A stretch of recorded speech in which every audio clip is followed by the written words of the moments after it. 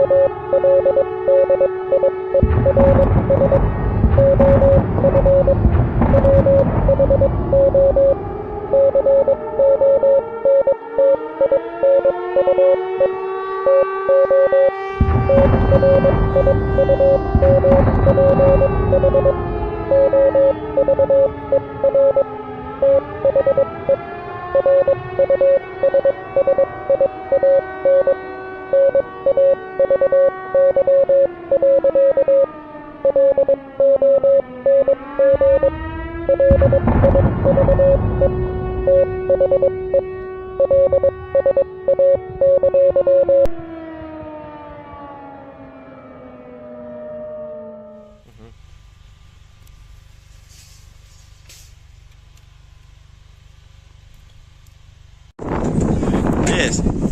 The Leaf Spring Army sends its regards.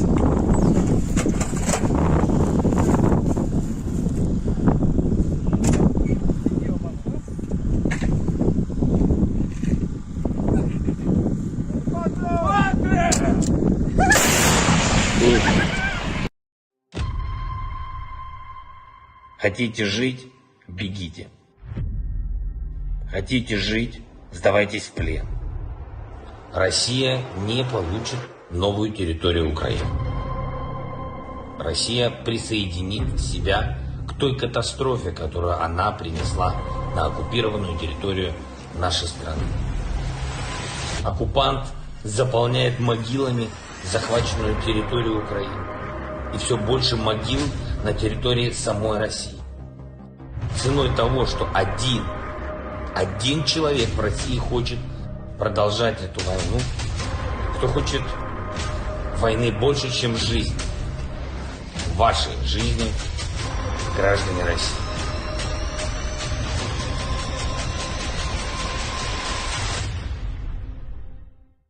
Русский военный корабль. Предлагаю сложить оружие и сдаться. Русский военный корабль, иди нахуй.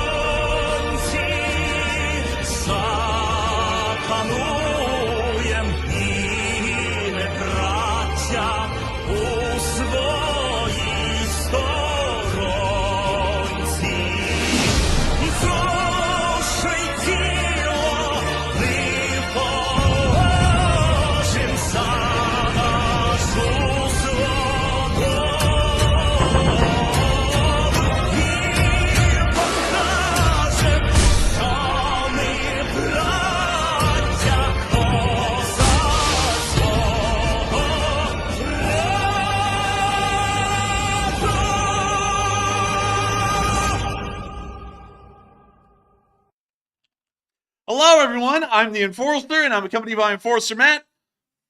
And good evening, folks. It's Enforcer Matt, and welcome back to day 568 of the news, and it's good to see you all once again. And as we learned today, Russia's trying to steal some water, even though they don't have boats to put in it. And of course, we're going to be covering the past 24 hours of the news of the war in Ukraine, and we have had some massive developments today, and NATO is growing a spine.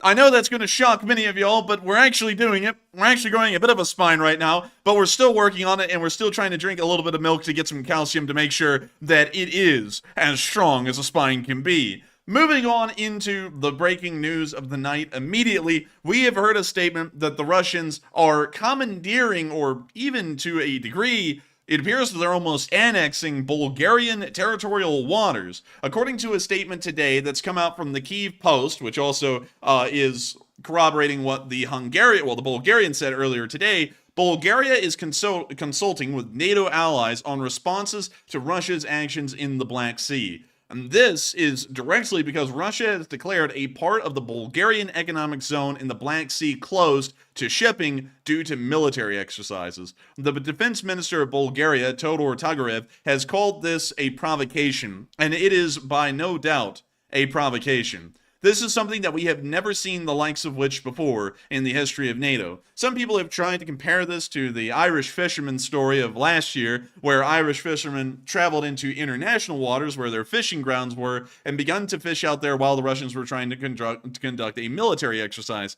Those two things are totally different. The act that the Russians conducted last year near Ireland, where they conducted their war games, was within the territory of international waters, meaning that it was not owned by a country, and they weren't necessarily closing off a country's national waters to itself.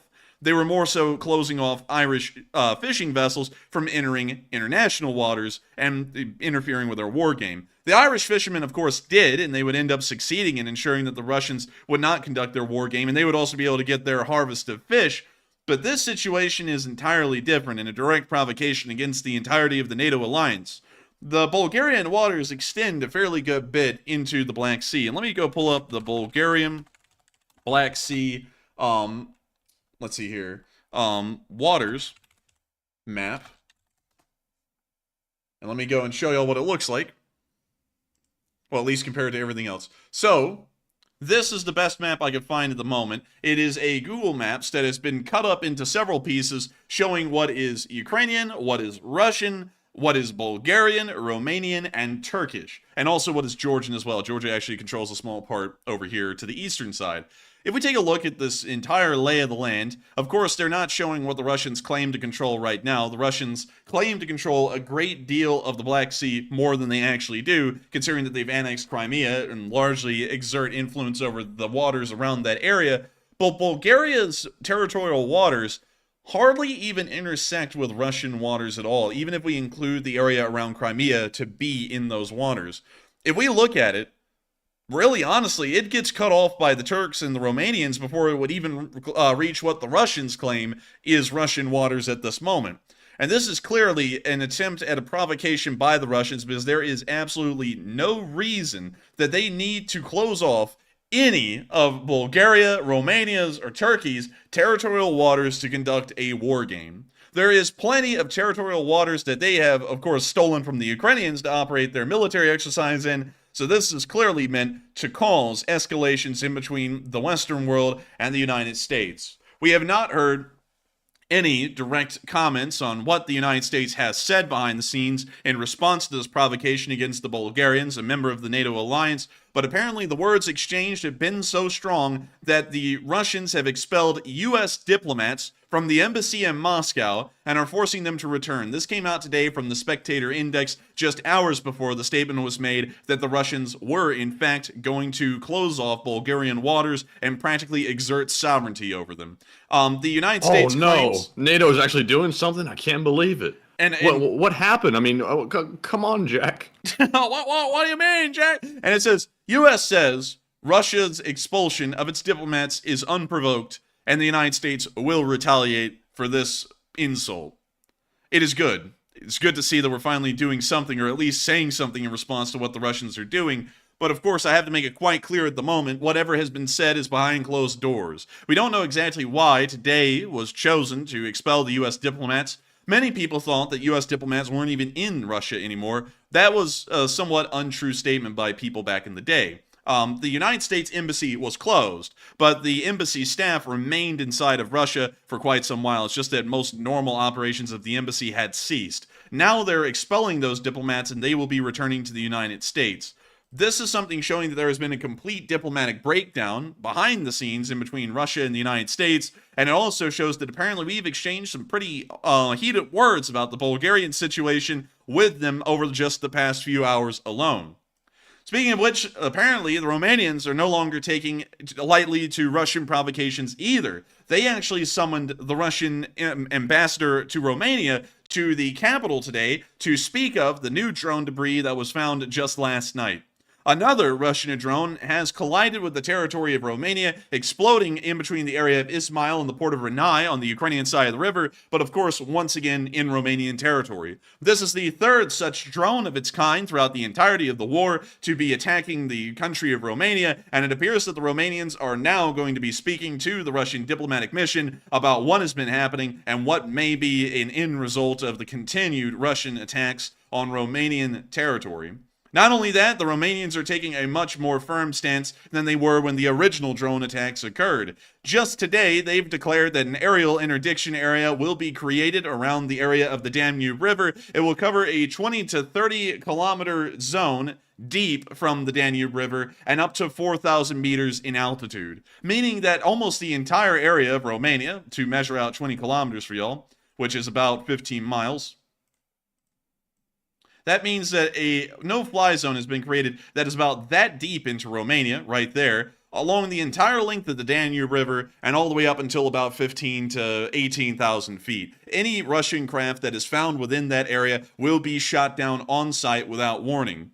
This is something that I think is a great step in a proper direction by the Romanian government and the rest of NATO. Having strong responses to Russian provocations which continue to escalate on a day-to-day basis is something that should be encouraged and supported by not just Romania's friends around their borders, but everyone else that finds themselves within the NATO alliance. A show of strength is needed against the Russians at this point. It's incredibly clear and becoming even more inevitable at this point that if we do not respond to Russian aggression against the NATO alliance may as well not exist at all. And so I think this is certainly a step in the right direction, and we will be waiting to see what the actual U.S. response will be, or largely the NATO response as a whole will be to the Russian provocation with the Bulgarians and their territorial waters today. However, the Russians are still not having a good time of it inside of the Russian Federation. Many of y'all may have heard about the somewhat controversial, when I say that, it's a smaller majority that didn't like this move, but the somewhat controversial move where the Ukrainians have redrawn their conscription requirements and actually now include some conscriptable soldiers that may have medical, mental issues or something along those lines, but there are light cases of those issues that largely would not get in the way of a Ukrainian soldier conducting his normal duties. This, of course, caused a little bit of a stir, and some people said that that was not right. The Russians apparently looked at that and went, oh, hey, we could do that, but even better. And so they doubled down, and now they are saying that they are going to be conscripting the following.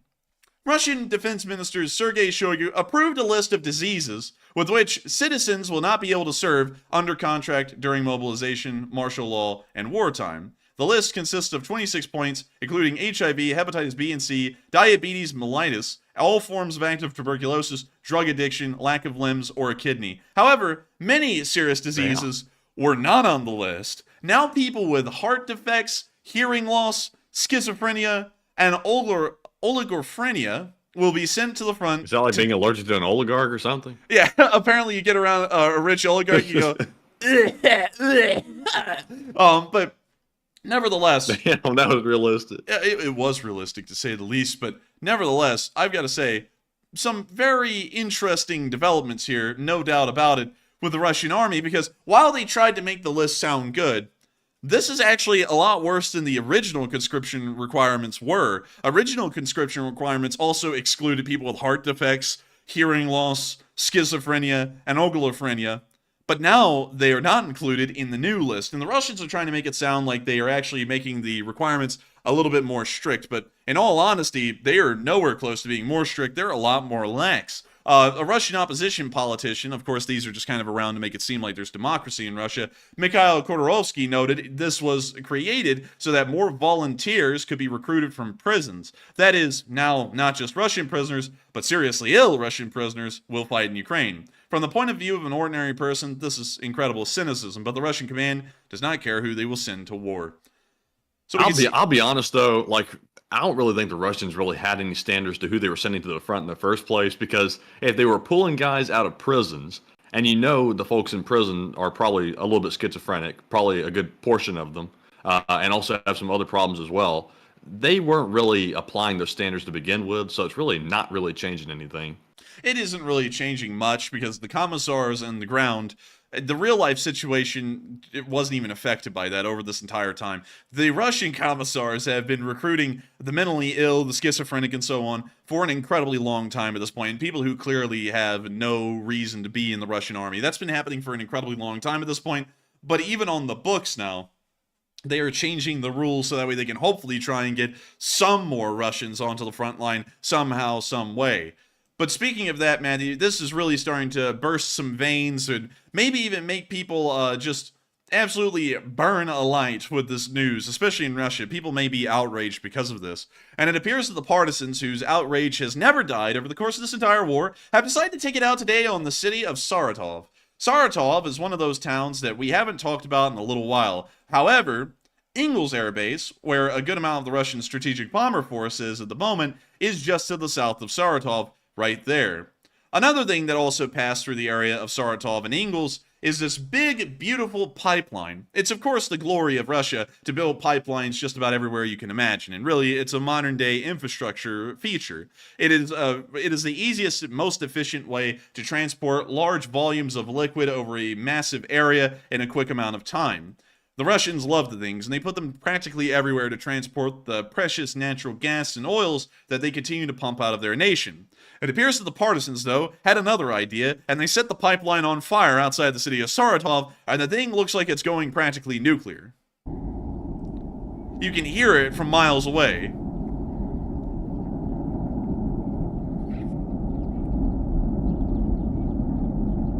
Jeez, that's a roaring fire. I've never heard one quite like that. No, I have never heard one like that, and I bet it's because it's under a lot of pressure from the pipeline, and it's just shooting it out as quick as it can. Oh, what was that? Put that lighter away, Blia. Don't light it up around here. Don't do it, please.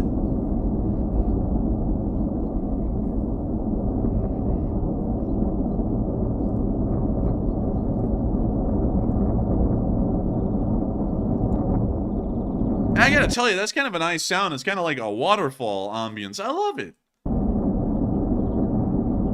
Or it sounds like a SpaceX Starship launching from Boca Chica, one or the other.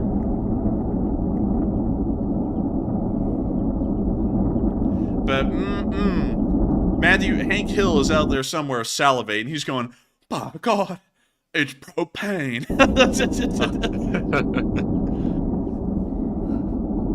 Man, and just look at that.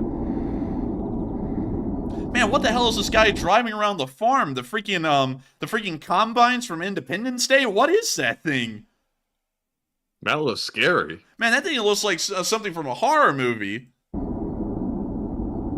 It's the Medusa tractor.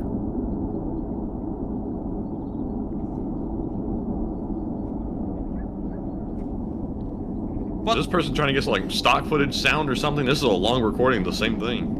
Man, he's just in awe. He's just sitting there watching it going, oh, the light. He's like a moth or something attracted to the flame. But massive pipeline rupture. Rupture. Rupture. Like Zoink Scoop, the gas line ruptured. Rupture.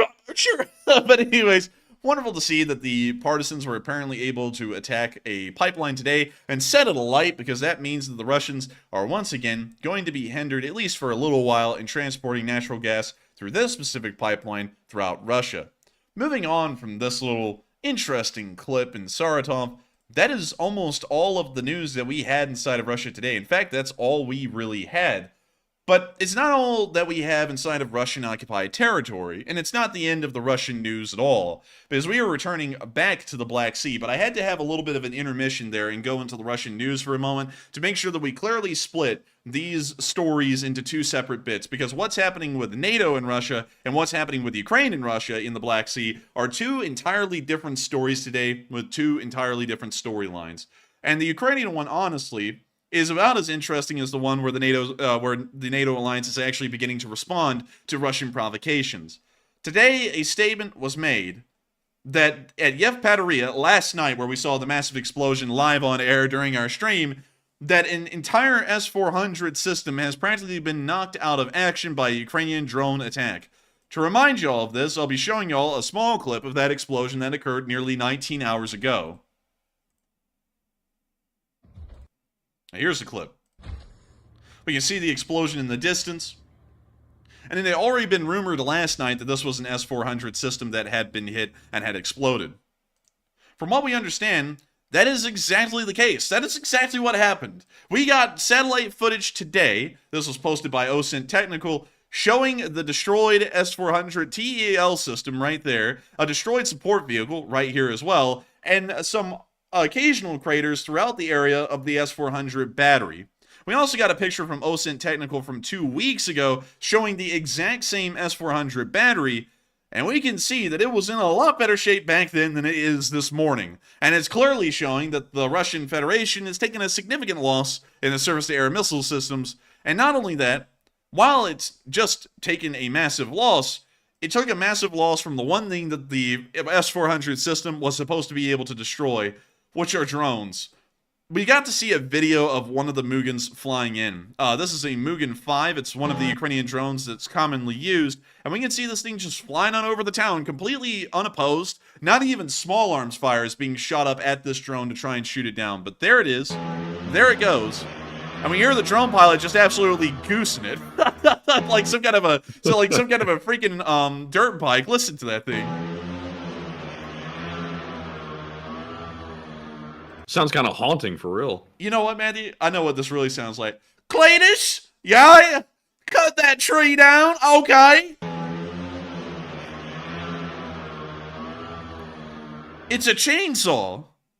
Jeez. That's kind of scary sound. I don't know what it is about it, but it sounds like one of those like top 5 like horror sounds and war type beats. Like that's what it sounds like. Number 15, the Mugen. That's it. The Mugen drone, otherwise known as Devil's Death, makes an incredibly weird sound when it flies over your house. Listen to the sound.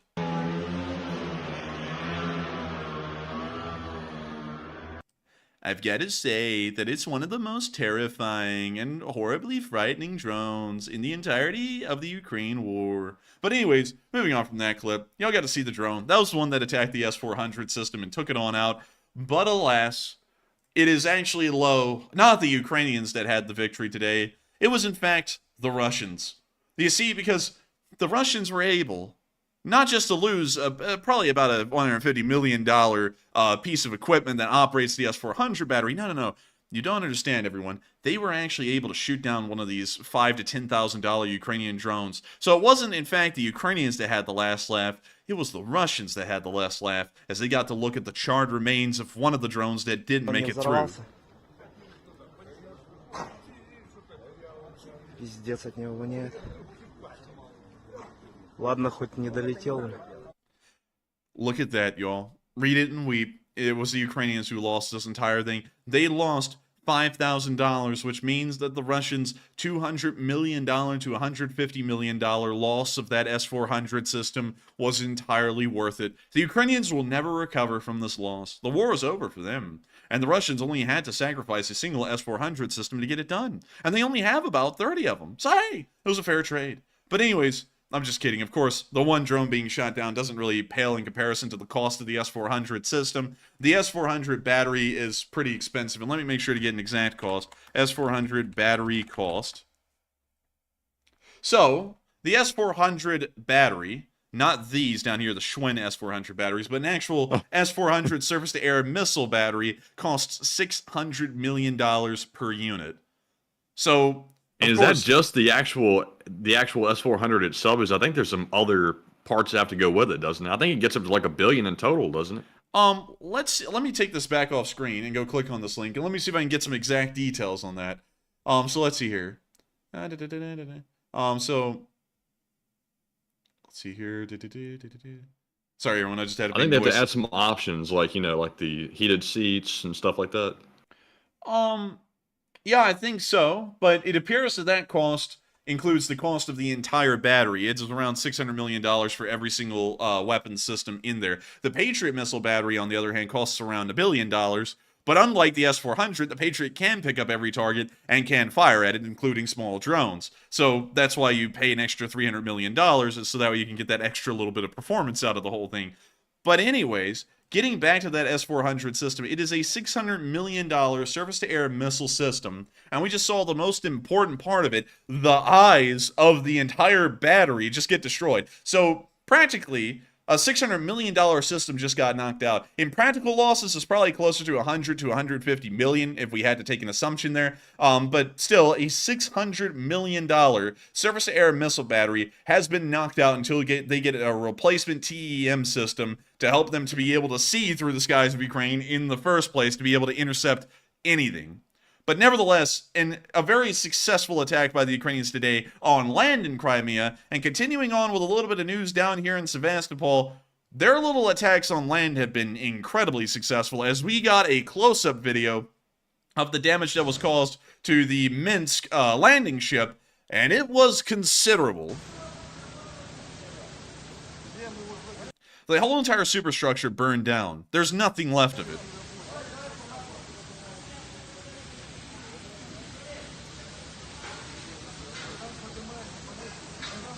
Wow, look at that hole. Is it been in, or is that like a design feature? We're right there. Yeah, I think that might be a design feature now that I see it a little closer. Yeah, I believe that's actually something along the lines of a stabilizer, I believe. But still, the damage that was caused to the superstructure was massive. And let me show y'all what a and let me make sure I'm getting the name correct, because I keep on calling them a Budanov class landing ship, and it's not. What the hell's the name of this landing ship class, Matthew? Rapucha? Yeah, the Rapucha. I think I call that thing a Budanov class. Budanov is the general of the Ukrainian military. But anyways, let me go to the Rapucha class landing ship, because you've got to get a comparison to know how thoroughly destroyed the superstructure of this ship is. So, I found a picture. There we go. It's loaded in.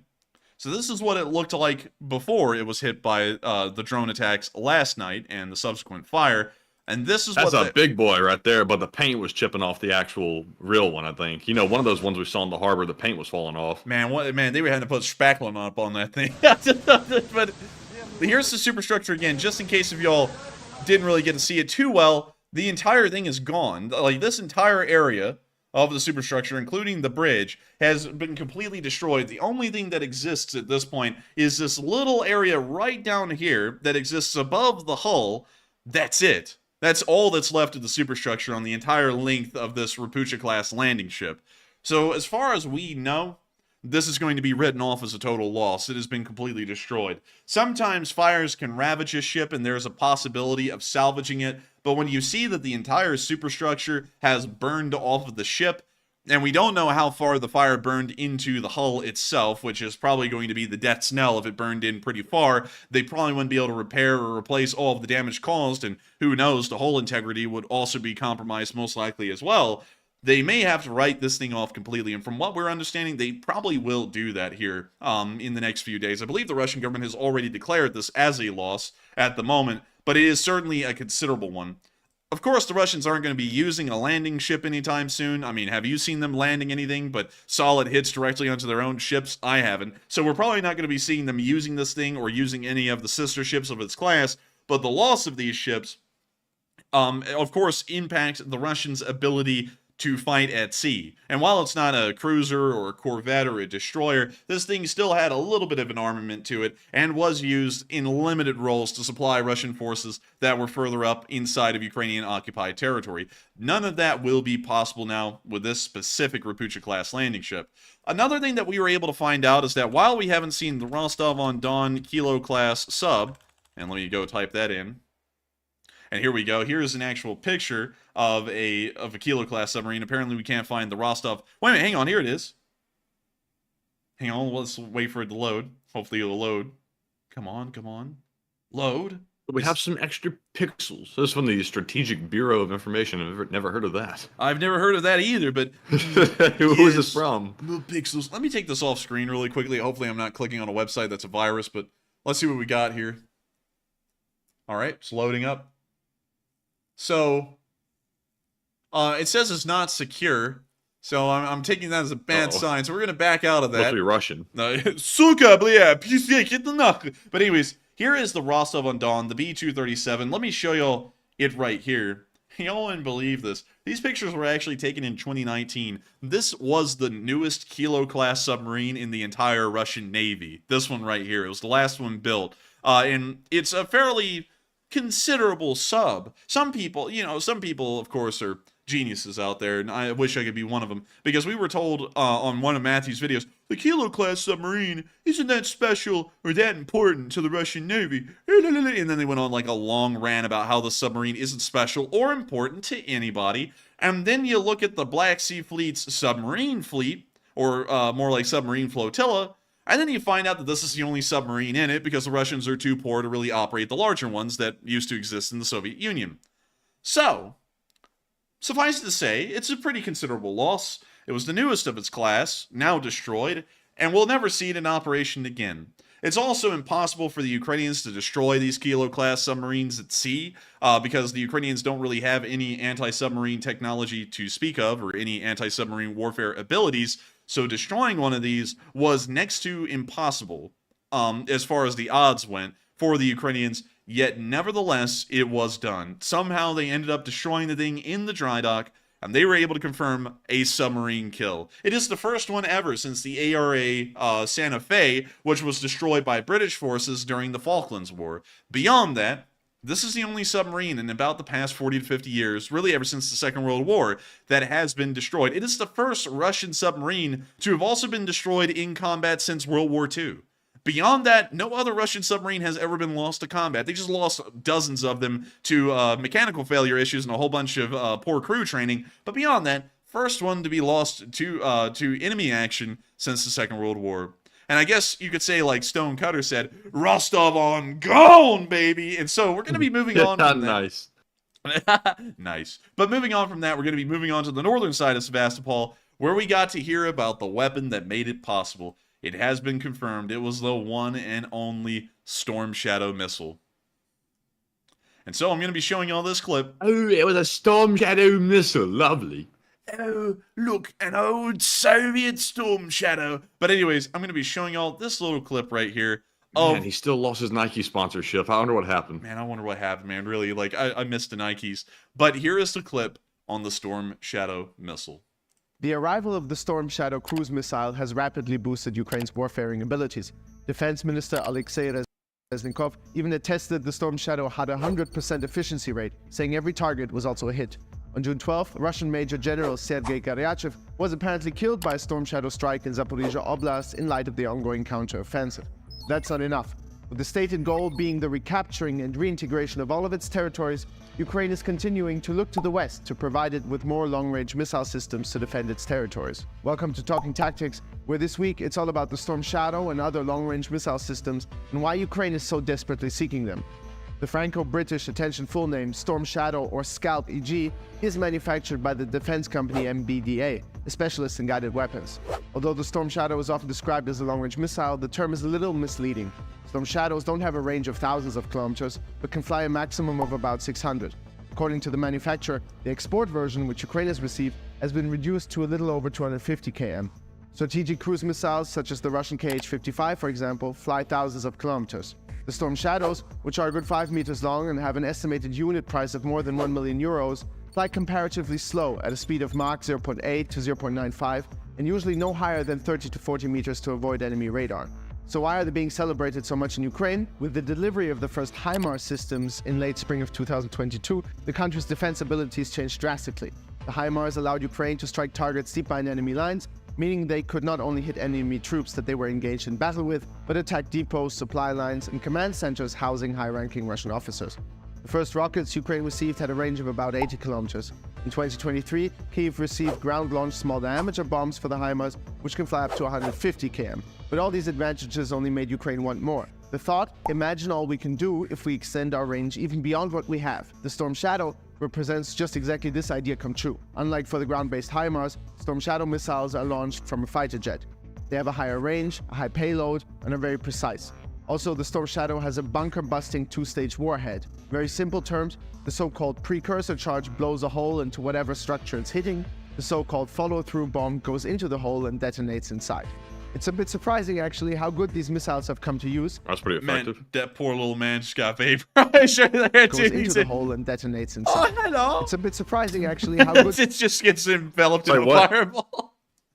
It's like, what do they hear before the actual, like, main part of the missile hits? They hear, like, some drilling going on and stuff. Like, oh, what is that, Bliata? A mouse? No, and then, man. like, a big bomb comes flying in. You hear like a million chiseling hammers out there, like chiseling away at the concrete as it's making its way through. But anyways, getting out of the Looney Tunes crap and back into the actual video. Sorry, everyone, I had to make that joke. these missiles have come to use, since they were never built to be launched via Soviet-era jets. But evidently, Ukraine has found some technical adaptations allowing the Storm Shadow to be launched via Su-24 fighter jet.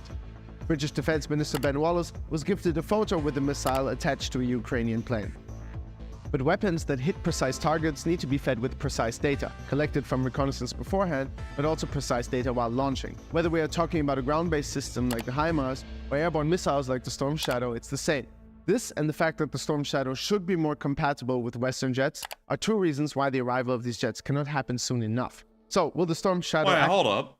I'm sorry, everyone. I have to actually fact check United 24 here. This is not an F-16 with 2 Storm Shadows. This is actually a British Panavia Tornado with 2 Storm Shadows attached to it. You can tell this because it's not an F-16. It is a Tornado. And I know my planes fairly well, so I can promise you all this is not an F-16. It's a Tornado F3. Really quickly, actually, I can tell you that. Actually, really quickly, let me take to go look at a Tornado. Let me take a look at its nose. Actually, no, it's not a Tornado F3. I think it's a Tornado. It's not a Tornado F3. I forgot the name of the other ones. Oh, dang. Wait, it's the ADV, I think. Yeah. I'm surprised they made that mistake, to be honest. So here we go. Really quickly, let me go pull up a picture. Here is a Tornado ADV. The ADV was made more so for ground attack than the Tornado F3. The F3 was made as a fighter. This is actually more of the ground attack role, Tornado. But that is the Tornado. That's a Tornado. The F-16s kind of look something like this right here. So, you know, not going out my way to like... a little bit different. Yeah, a little bit different. Not trying to go out my way to hammer it home, but it seems like there was a little bit of a typo or a misspeaking there. But nevertheless, I wanted to point that out because From what I understand, the F-16 could possibly carry Storm Shadows, but I don't think any of them have actually carried it in practice. I think it's the Mirage 2000Ds that have carried the Storm Shadows and the Tornado ADVs that carry them as well. Soon enough. So, will the Storm Shadow act as an accelerator for the delivery of Western planes, and maybe even a door opener for further weaponry? Until now, the discussion of Western military aid to Ukraine has always followed the same pattern. Initial resistance, followed by hesitance, followed by some countries making the first step, and setting precedents for the rest. It was like this with tanks, with their defense systems, with fighter jets. So, the delivery of the Storm Shadow might be just that for long-range missile systems. And there already is an ongoing debate in the USA and in Germany about the potential delivery of longer-range politics! weapons. Get away! Oh, Jack! Oh my god, dude! I just sensed. Wait, hang on. What is it, Yoda? Great disturbance in live chat, I feel. Political Man, I got the sudden urge to do some push-ups like a fatty. Oh, man. Dude, showing that guy's face, it's like showing the orange, man. It causes fights. I don't want it. As a viable option, which would be giving Ukraine a range of over 300 kilometers with their HIMARS. Another option is the German-Swedish Taurus KAPD-350, which has been described as the Storm Shadow's evil twin. Very similar in weight, size, shape, payload, and speed, but with a higher range. What's stopping them? A big underlying question, or let's say the reason for this hesitance, is the ability of these weapons to be used by Ukraine to hit targets on Russian soil. Basically a question of how far does the right to defend yourself go? That of course is a difficult question, as it has potential legal and actual consequences. Okay, at this point you could say, isn't the Russian invasion illegal? Are they not committing humanitarian crimes daily? The answer is yes, of course they are. But that's not how Russia sees it. And if you look more carefully, they still try to find some legal justification for their so-called special operation. Hey, look, we got a shout out. They just show Bert? Dude, we got a shout out. Look, it's me. Man. Oh, man, I love it. Man, we're getting recognized by the big boys now. We're getting recognized by United 24. It's only up from here. It's only up from here, Matthew. Oh, man. Dude, I can't believe it. I can't. Oh, man, I'm telling you. I get no respect around here until it comes to United 24. Oh, man, and then they throw my picture up there. Oh, man, I'm telling you. I get no respect around here. Oh, man. Called special operation, as well as avoid the consequences of calling it a full-scale war, which would include martial law in Russia maybe, full mobilization and so on. Some Western politicians fear that attacking Russia on its own soil has the potential for provoking unseen consequences on a global level. The position of many Ukrainians is just fundamentally different. To be able to protect the country, its border, people, nature and animals, the army needs to do everything it can. And long-range missiles as well as F-16s or modern tanks are the only language Russia seems to understand. Anyway, that's it for Talking Tactics. We hope you enjoyed it. Please hit like and subscribe, and see you next week. Hey, man, he kind of did like the gang sign there for a minute when he said like and subscribe. He said... Man, he was like that alien in Star Trek who said, "You will now watch the spectacle." And he did like the hand thing, you know, like what I'm talking about. Yeah. Like and subscribe. Dude, he did. It's He like, did. just went back and watched that. He did do it. Oh, man. I got to say, though, what a G. And also, that was an amazing video. They make incredible videos at United 24 every single time. But there was a little bit of information from United 24 about the Storm Shadow missiles. And from what we have been able to confirm, it was the Storm Shadow missiles that did hit the dry docks last night. Well, actually the night before, and ended up destroying the Rapucha class landing ship as well as the Rostov-on-Don Kilo class submarine. Moving on from that, that's not the beginning of the end for what's happened in the Black Sea today. More fun has been had out at sea. So let's move on in to all of the news out here. From what we were told, and let me go over here first. Both the Vasily Baikov and the other destroyer of the same class, the Sergei Kotov, were attacked and hit according to Ukrainian claims. The Vasily Baikov, or the Project 22-160, is one of the most modern and advanced ships in the entire Russian Navy. These ships are something of a marvel to the Russians, being really the only modern ship that they've been able to produce in recent years, and it is something that the Russians pride themselves on. It's very similar to the Russians that our Independence class LCS ships were like to us for a while, until we found out they were kind of dookie, and then we started to phase them out of service in replacement of more Arleigh Burkes, apparently.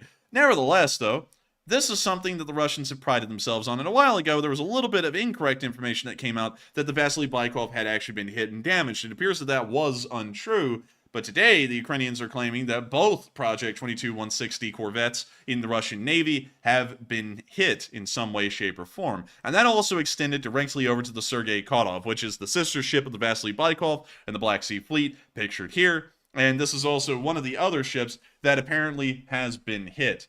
Someone put right here a picture that is not the Sergei Kotov. I was almost about to take the bait right there. Nope, that's actually some kind of an older corvette. It appears sinking off the coast of Spain, or maybe somewhere around the Baja Peninsula in Mexico. Nevertheless, the Sergei Kotov was claimed to have been hit by the Ukrainians. The Russians then countered and said that they had actually destroyed all of the drones that were targeting the Sergei Kotov. We're not really sure which story is correct at the moment.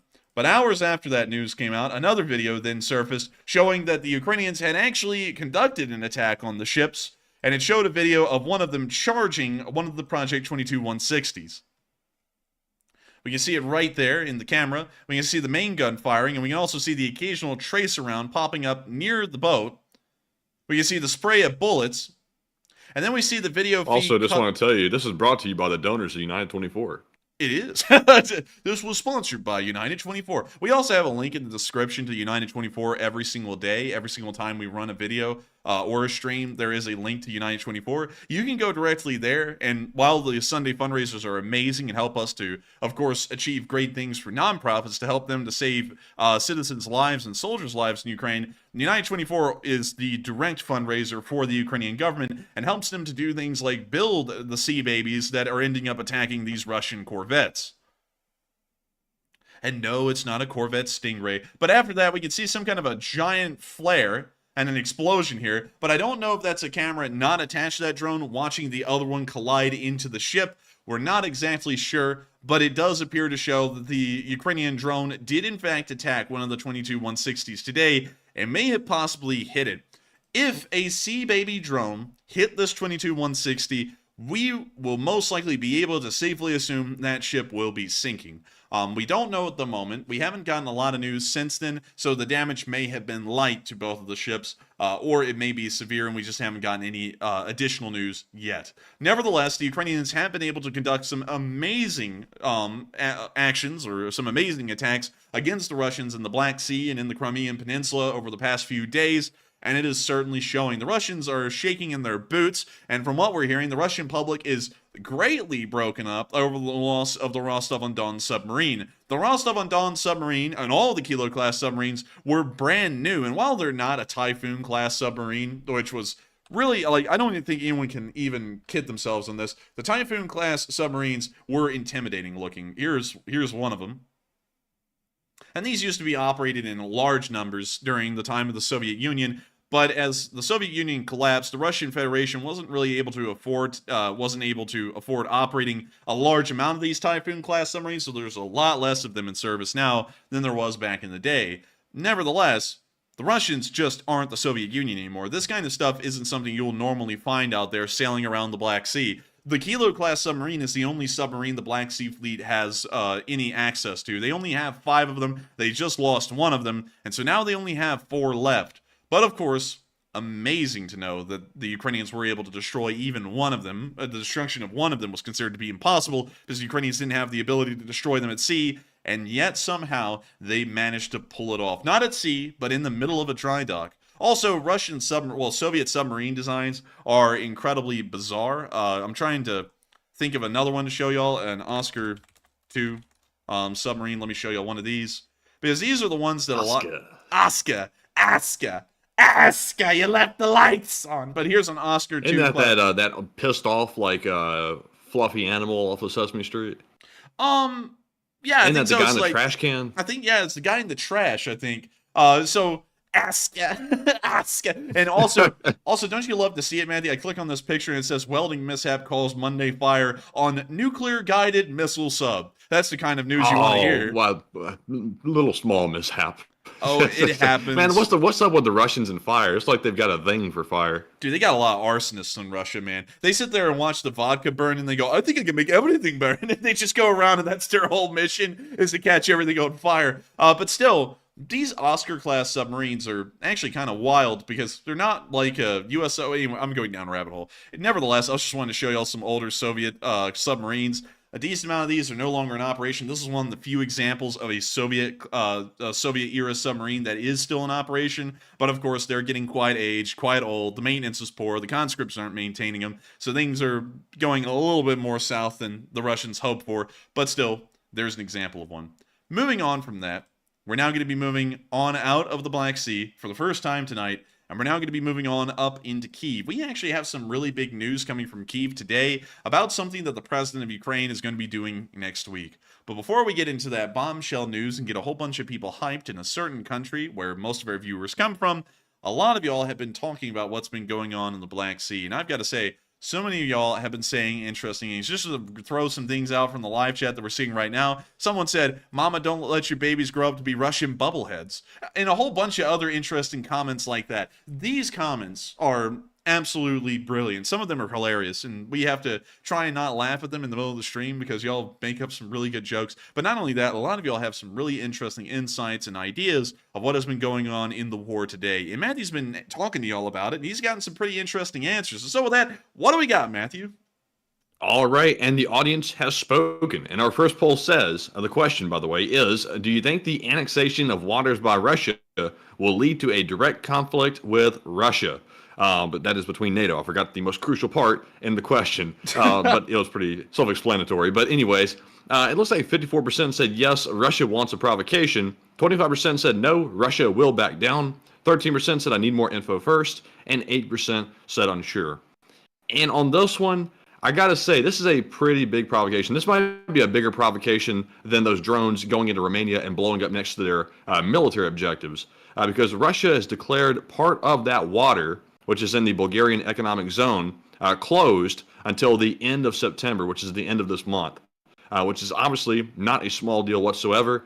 And unless Bulgaria is simply going to let them take it and stay out of their own waters at Russia's request or demand, more like it, they're going to have to confront them. So it's kind of a catch-22. But Enforcer, what say you? And I would have to say that the Russians and what they've done to Bulgarian waters is a serious violation of Bulgarian sovereignty and also calls in the NATO alliance into question. This is really going to show what is the NATO alliance. It requires a strong response because the fact that the Russians have sailed in to Bulgarian waters and have declared that they're going to shut down some of it, and the Bulgarians are not even going to be able to use their own territorial waters, is an insane move. I can't even put that into comparison what that would be like. That would be like coming into someone's house as a stranger, smoking crack in their bedroom, and then telling them that they can't come into their bedroom anymore. That would be a similar vein to what the Russians have done right now with Bulgarian waters. And it requires a serious and incredibly strong response by NATO. And I've seen some people, and a lot of, not a lot of people, it's usually a small minority, but they're very vocal in the live chat. Some people have been saying that we shouldn't respond to that. Actually, strength is weakness. We should just, roll over and let the Russians do whatever and not really respond to them. We should be like parents that just sternly look at their child and wag their finger at them and just go, no, and then just let them keep doing what they want. You see, that's kind of the difference, maybe in between how those people were raised and how I was raised. Because, you see, I was raised by parents that believed in wearing my ass out if I did anything wrong. And while this is not a parent-to-child kind of situation, I feel like it should have a similar response. Instead of being the parent that just goes, no, don't do that, and then the kid just keeps getting away with it, we need to respond to this seriously. I believe that the United States should sail in an entire carrier group into that area and just push the Russians aside. I think that's what they should do. And I'm not saying that we go and immediately start nuking Russian ships at sea with some Exocet missiles or anything like that, or harpoons. I'm not saying that. What I'm saying, though, is that an American carrier in the area, just having a very tense standoff with the Russians, will probably push them out. Probably give them an ultimatum or something along those lines. Tell them that they have around 3 days to vacate the area and return Bulgarian waters back into Bulgarian control. Something like that. Because I don't think it's right whatsoever that Bulgaria right now is having to ask the question to other NATO members, I can't use some of my territorial waters, what are we going to do? That's not right at all. That Bulgaria has a right to its own territorial waters. NATO has a right to those territorial waters. My question is this: why is NATO acting like we don't have military naval vessels in the Black Sea right now? Because Bulgaria is right down there, getting toward the strait through Turkey, right down there. And the NATO vessels are around that general vicinity somewhere, but they won't tell us exactly where they are, nor will they publish any pictures as to where they are, because I would suspect, and this is just speculation, by the way, we don't have proof of this, that there's probably something going on between the Russians and the NATO vessels that we haven't heard about, because they're in such close proximity with one another, and this has been going on for days now, that surely there hasn't been no confrontations at this point. And I would agree. I would agree with that. But one thing as well that I'm seeing in the live chat, Matthew, is that someone said, well, actually, it was Plexus Gaming, who's an old guard, by the way. He said, sounds good, but it would lead to a hot war in reference to the idea of a carrier group being sent there. And I would agree with you. There's a good chance that a war could actually be started because of that action by the United States or NATO as a whole. Because the United States isn't just representing ourselves and Bulgaria at that point, we're representing the entirety of the alliance. But here's my argument. There has to be a line that's drawn, and there has to be a point where we say, damn the repercussions. If a war happens, a war is going to happen. We have to stand up for what we have, because if we don't stand up for what we have, there's not going to be anything left before long. That water is Bulgarian waters. It belongs to Bulgaria. It belongs to NATO. It belongs to the entire world for the most part, that those waters will remain open and free and under the direct jurisdiction and sovereignty of the nation of Bulgaria. That is what is required. That is what's laid out by the territorial water maps. And regardless of whether that would lead to a hot war or not, we have to stand up for something. Otherwise, what is this alliance for? Bulgaria didn't join this alliance, and the United States didn't create this alliance for us to give off territorial waters to the Russians whenever they demanded it. This is our territory. This is NATO territory. It's not Bulgaria's. It's not America's. It's everyone in this alliance's waters. This provocation against Bulgaria may as well be the Russians shutting down the waters off of Cape Cod or shutting down the English Channel. Hell, shutting off the passage in between the Isle of Wight and Southampton. It may as well be cutting off the western coast of France from shipping any cargo out. It may as well be cutting off the Danish entirely from going to sea. Everyone should be looking at it like that. Any kind of provocation against NATO territorial waters is the same regardless of where it is, whether it's off the coast of Bulgaria or whether it's directly off of the coast of Washington, D.C. in the Chesapeake Bay. It's the same thing, and the response needs to be exactly the same. And I know a carrier group is pretty strong. That's actually the strongest response the U.S. Navy can give. But I believe that a strong response is needed for a strong and unprovoked action that the Russians have committed inside of the Black Sea. I think it's just an appropriate response to the situation at hand. And so with that, I hope y'all agree with me, and I hope y'all see where I'm coming from. And of course, if you don't, you can, of course, disagree. It is free speech. Of course, that's why we have it in the polls where you can disagree. But do be polite. We always try and make sure that the conversations around here remain civil, because you can go a lot of places and you can get in a lot of cussing matches with people, but we try not to do that with folks here. Well, actually, we don't do that with folks here. We don't just end up cussing out viewers on stream. And also, we don't like viewers cussing each other out or us as well, because we like to try and keep things civil here. It's one of the few places on the entire internet that things do remain civil. But with that, I hope that does address that poll fairly well, and we are on to the next one. All right, and our next poll says the Russian public is becoming very rattled in recent days about the Kilo-class submarine destruction, and will Putin respond? It looks like 56% said yes, Putin will have to respond. 22% said it will likely be ignored. 14% said no, Putin has already responded, and 7% said unsure. And apparently, if Putin has by some means already responded, if you think he has, which I'm not really sure if he has or not at this point, the Russian public apparently isn't happy with the response, if there has been one, and they want a stronger response. That is the official story, but take that with a grain of salt, because of course this is going based on what the Russians are saying. So it could be the government making something up to try to, basically create a situation where Putin has to respond, and maybe the Russian public isn't saying anything like that. So we really don't know, but that is the official story. But Enforcer, what say you? And can you reread that prompt again for me real quick? The Russian public is becoming rattled about the Kilo-class submarine destruction, and will Putin respond? Oh, good. I was thinking, that was it, wasn't it? And then you just repeated the same thing I thought I heard. The Russian public is incredibly rattled about the loss of the sub. To the Russians, really, the Moskva, believe it or not, actually didn't have as big of an impact as we thought it did on the Russian public. They can sign that off really quickly to just fate. A lot of people said it was an old ship. Completely disregarded it was the flagship of the Black Sea Fleet. Just said it was an old ship. It didn't matter. But the Kilo class submarines, y'all gotta understand, the Russians look at their submarines nowadays like they are like savior angels of the Russian Federation. And especially this one submarine, they only have the one, but let me go find it, the Belgorod submarine, right here, the K-329. It is one of the biggest submarines that the Russians operate. It's a modified Oscar II class submarine. That's why some of them are still around. I believe there's only one of them, and it is. There's only one of them. There's a picture of it right there. And this is the one submarine that is supposed to be carrying the Poseidon nuclear missile that apparently has as much destructive force as a Tsar bomb, or maybe even more than that. Beyond that, and beyond that small fact, the Russians look at the submarines in the Russian Navy now as being the saviors of Russia.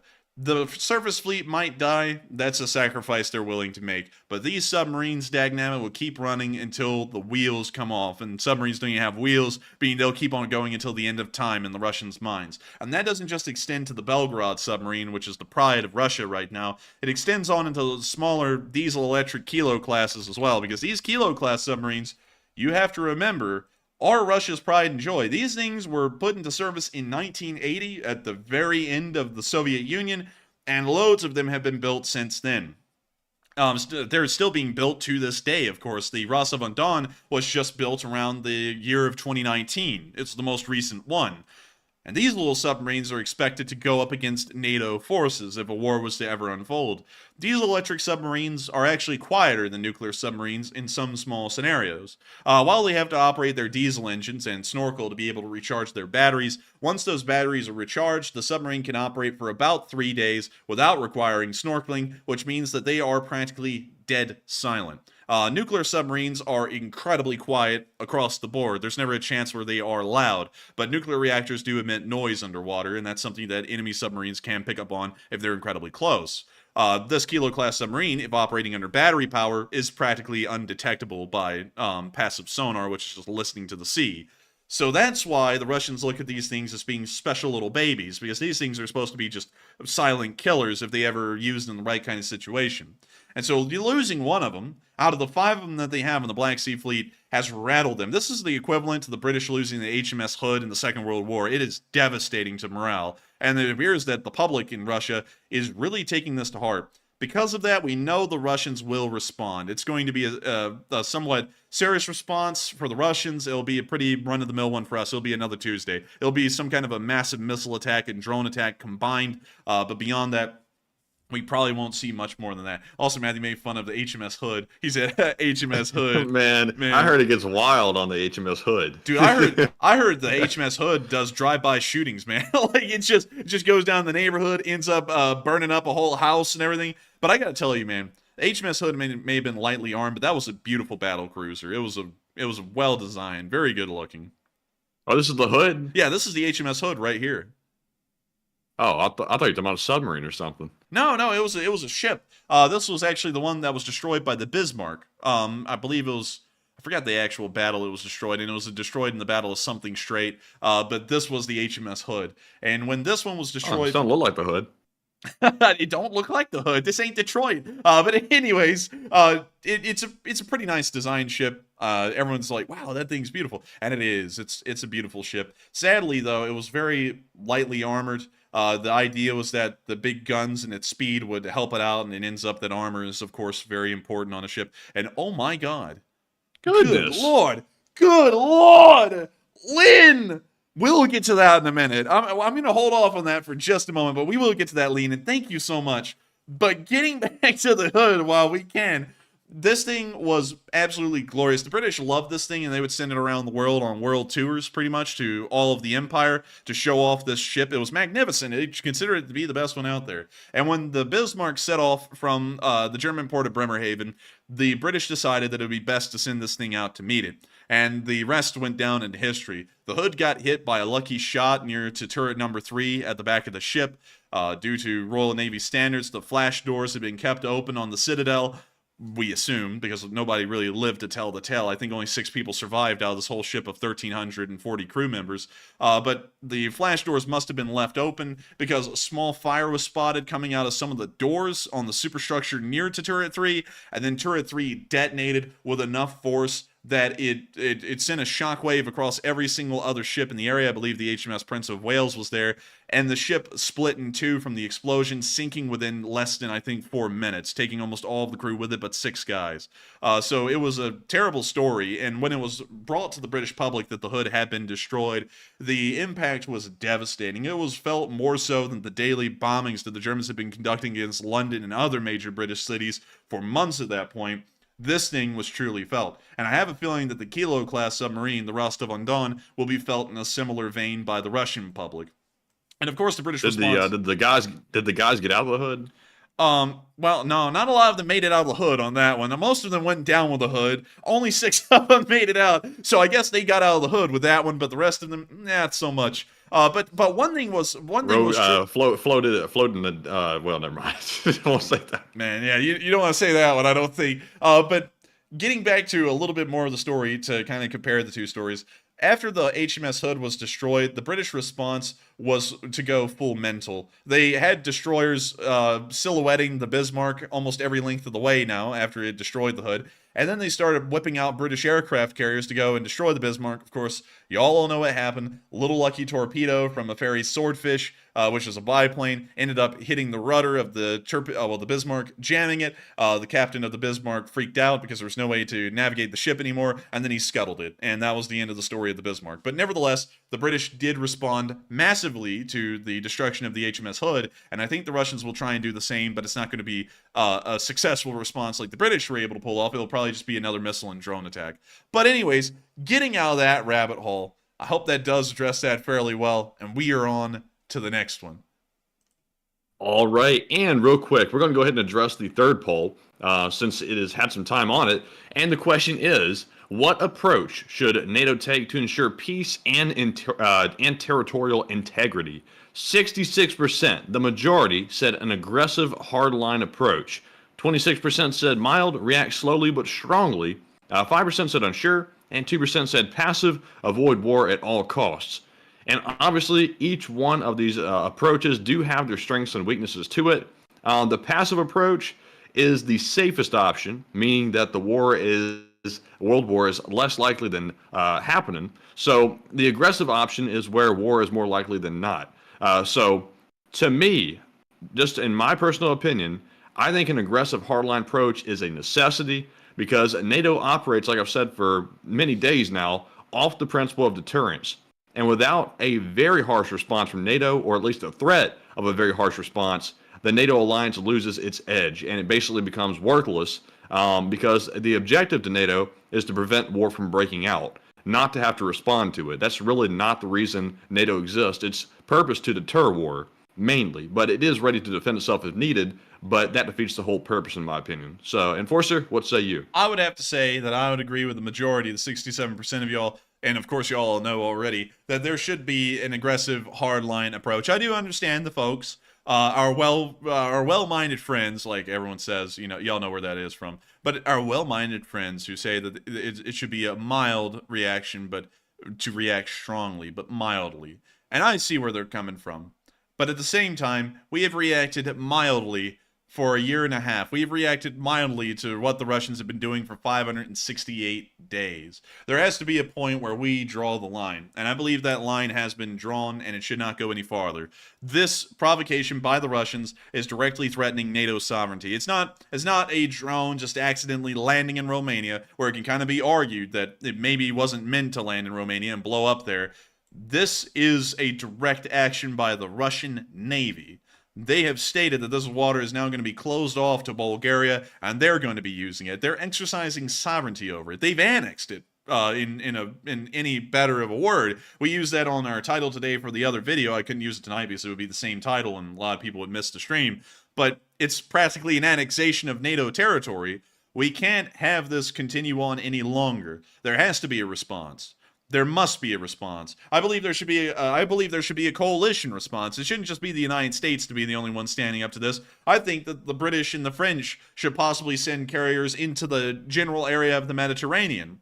to just back up the United States. The United States, of course, will be the one to send one in there. Of course, because, the United States' aircraft carrier is ahead in at least aircraft capacity and defensive abilities than the Queen Elizabeth class aircraft carriers or the Charles de Gaulle. But it's nevertheless something that I think the entire line should get behind, is that this is the line. This is it. We're not going any further. We're not going to let the Russians do any more. That's it. That's that. Their drones will be shot down now in Romania. We will not let their ships violate territorial waters. And if their drones violate airspace, if their ships go into territorial NATO waters, they can expect the same fate to meet them that would meet anyone else who did the same thing: destruction. And so with that, I hope that does address that fairly well, in my opinion, because there has to be something worth standing up and defending, and I think this is it. And so with that, we are on to the next one. And to add to what you're just saying about that, if we were to send in, you said a carrier group to the Black Sea? Yeah. If we were to send NATO order, can you hear me now? I can hear you now. Could you repeat that, though? Oh, good. I was saying that if you would send a NATO carrier group to the Black Sea, as well as send air defense to the border to protect the NATO countries, NATO has to understand that while we want to avoid war the best we can, sometimes war is inevitable. And if Russia wants a war, we're going to have to be prepared to give it to them. Because right now, NATO's taking the approach that they're betting there is going to be no war. So they're really not preparing for the worst. Some countries are, like Poland, but the majority of NATO isn't. And that's a problem, because we have to be ready to give Russia a war if it wants one, because at some point we have to stand up to them. We can't just keep saying, take it easy, calm down, and they keep doing what they're doing. That's just insanity, because they keep provoking things over and over and over. So I just don't agree with the weak response. And obviously a world war situation would be horrific. It would be bad, but we can't just keep running, year after year. And we can't be scared of something that's going to possibly happen regardless of our actions anyways. We can see that it's always to a detriment to the country that acts in fear. The British acted in fear leading up to World War II thanks to Neville Chamberlain. Look where that led them. Look at where that's always led countries who always react mildly, calmly, and with fear of the consequences that may happen if we stand up for the right thing. We have to stand up for the right thing. We have to be ready to back up what we say, hook, line, and sinker. If we aren't able to do that, we may as well not say anything at all. We may as well not even be here right now. I may as well not even be running this show right now. We might as well just cut this thing off and give up for good. We may as well give up on supporting Ukraine too, because if we ourselves are not worth standing up for, who is worth standing up for? Nobody at that point. This is the end of the line right here. The Russians have moved from Ukraine. Now they're moving directly on to us ourselves in the middle of the Black Sea. That has to be the line, because there's nowhere else for us to go. That's the very end of it. And so with that, I hope that does address that once again fairly well. And we are on to the next one. All right, and with that being said, we are moving in to our Super Chat questions. And up first, we have that extremely generous $400 donation from Lean, who I'm told is an old guard. And thank you very much, Lean, for that extremely generous support. That is massive, by the way, and we do appreciate it very much. And Lean said, "You guys are fantastic, and thank you. And I've watched since even prior since Enforcer Matt joined. So they've been around longer than me even. That is crazy." And I've got to thank you so much for the support, Leon. This is one of the first times I've ever seen you in the live chat, and of course the first time you've ever supported the channel. And to that, I thank you greatly. You're helping this channel to keep on running. Super Chats support this channel. It has been that way. It always will be that way. And we thank everyone so much for doing that. This channel has been incredibly unique, Leon, since you've been watching the entire time. We have run off of Super Chats alone. That's it. We have never done memberships. We never run ads on these streams. We've never done any of that. Y'all have made it possible for this channel to be as unique as it has been. As much as unique as its monetization system has been, the delivery of this channel has also been incredibly unique as well. Y'all have allowed us to be exactly who we are through y'all's direct support. We don't have to bend our will to sponsors, because believe it or not, some sponsors actually require that you lay out certain political stances. And that's something that I'm not a big fan of whatsoever. I'm a big fan of political neutrality, especially when it comes to the covering of news and other kinds of topics. And I think it's absolutely wonderful to know that folks like you, Lean, have been watching for so long And I've appreciated it so greatly that you're helping to support this channel to a massive degree, more than most people support it in a single night ever. And I've got to thank you so much once again, because through your support, we are able to keep being the unique channel that we've always been, and we're able to do all the things that we have to do in the background to keep things going. We're able to pay for law school, thanks to your support. We're able to do all kinds of things in the background, pay for gas, pay for nearly everything else that we have to do just to sustain our daily lives, to work about 20 hours a day, so that way we can run this show. And of course, I'm saying work 20 hours a day, including law school, which is about from 8 to 3 nearly every single day. Really, hell, like, if you want to include the drive to law school, it's like 6:15 to 3 every day, and then I come right back home, eat, and then get right to work on this. So I got to thank you so much for the support, Liam, because you're helping us to continue on with our absolutely insane schedule and to be able to keep this channel running. And so thank you so much once again for the massive amount of support. Thank you for being a silent old guard as well. And I got to thank you so much once again for helping the Lee Spring Army to keep on rolling. And so with that, thank you so much once again. I hope that does address that fairly well. And with that, we are on to the next one. All right, and moving on to our next one. We have a lot of longtime channel viewers coming out tonight to support the channel, and it's crazy to see, and also thank you all very much for that. And we have one from Troy Wilson, who puts in a $50 donation, and Troy says, it looks like the Russians need to put tires on their subs and ships. I guess they won't be having a good year, LOL. That was actually a good one, I like that. Yeah, that's good. And will the LSA flag be on the merch store and Slav Ukraine? And Slav Ukraine. And to quickly answer the last question first about the flag, I don't know if we can actually have flags printed by Teespring. Can we, Matthew? We can put them on any of the shirts, probably hats as well. Maybe you'd have to check as to the quality of the image file. But we can put it on any of the merch that we typically run. I think actually maybe a flag too. I think we could do a flag. Can we do patches? They took away patches, sadly. Dagnabbit. I was hoping we could do patches. So from what it sounds like, we're going to be putting it on shirts. We're possibly going to have a flag. And if we don't have a flag, we're going to have to figure out some way to custom do that. I don't really know how we're going to end up doing that, whether we just buy a bulk number of flags and kind of mail them out by hand. That would probably be a little bit too much for us to do. We'd probably get overwhelmed really quickly trying to pull off something like that. But we will be trying to find a way to get flags out to all of y'all. We're hoping that we'd see flags all over the place in the United States, around the world, where all of the Lee Spring viewers are, the United Kingdom, Norway, Germany, France, Belgium, the Netherlands, Japan, South Korea, India, South Africa, Brazil. I mean, there are Lee Spring Army viewers in every corner of the world, and we'd love to see a Lee Spring Army flag flying over truly every single corner of the globe.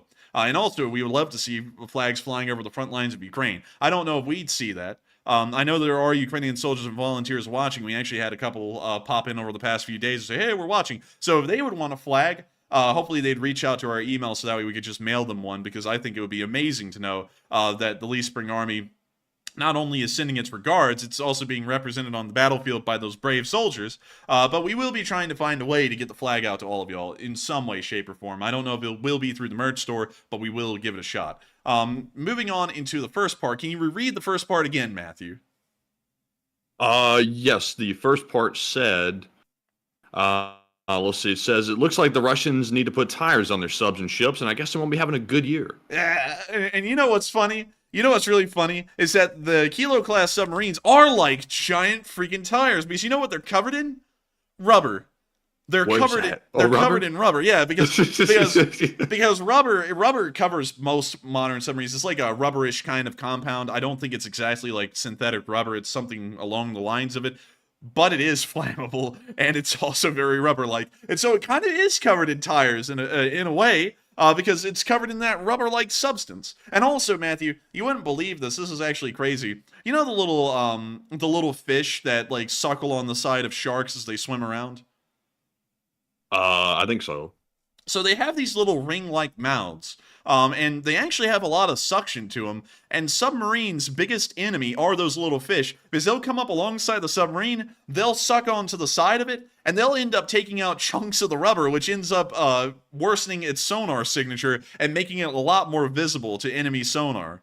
So in the end, they have to go back to dry dock constantly to try and have all these little holes in their rubber coating constantly repaired and covered, so that way their sonar signature isn't great because all the rubber has practically been sucked off by the lampreys or whatever they're called. And so with that, I hope that does address that fairly well. I saw Thailand's USO say something that is very accurate and very true sounding, but I'm not going to say that on air. But you are correct. It kind of is like that. But anyways, I hope I was able to address that fairly well, Troy Wilson. And I thank you so much once again for support. Also, pretty good joke, too. And it's kind of real in a way. It's kind of actually a realistic statement. But thank you so much once again for the support and helping this channel to keep on running. And thank you so much for being a channel legend and helping this thing to keep on running. And so with that, we are on to, I believe, the final question of this segment. And then we're going to be moving on into the rest of the news, starting off in Kyiv.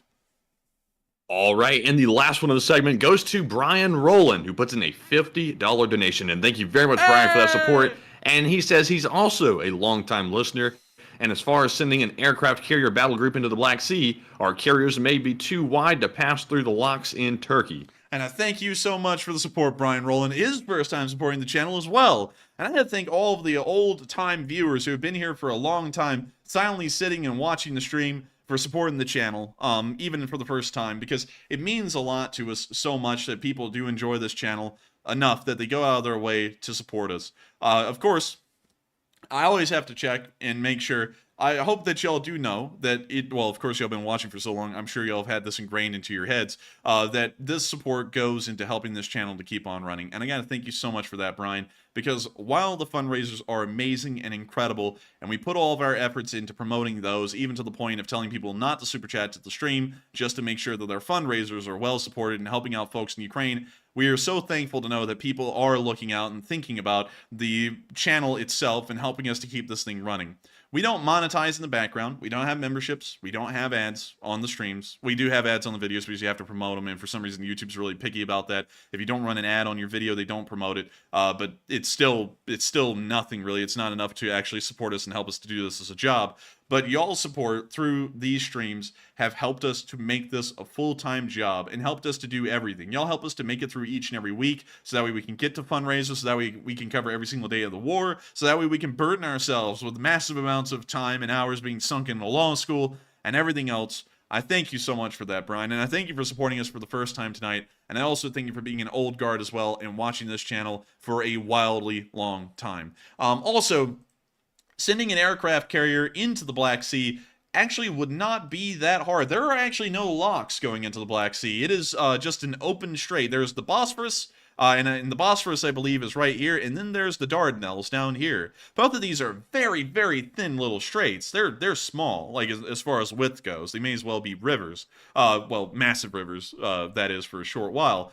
But they are big enough to allow for some of the larger cargo ships in the world to make it through. And so you could get an aircraft carrier through this area. It's just that it would take a lot of navigating. You would probably have to get a pilot on board from Istanbul to be able to guide you through this area. But you could get an aircraft carrier into there. Someone brought up a good point that an aircraft carrier would be trapped in the Black Sea once it made it there.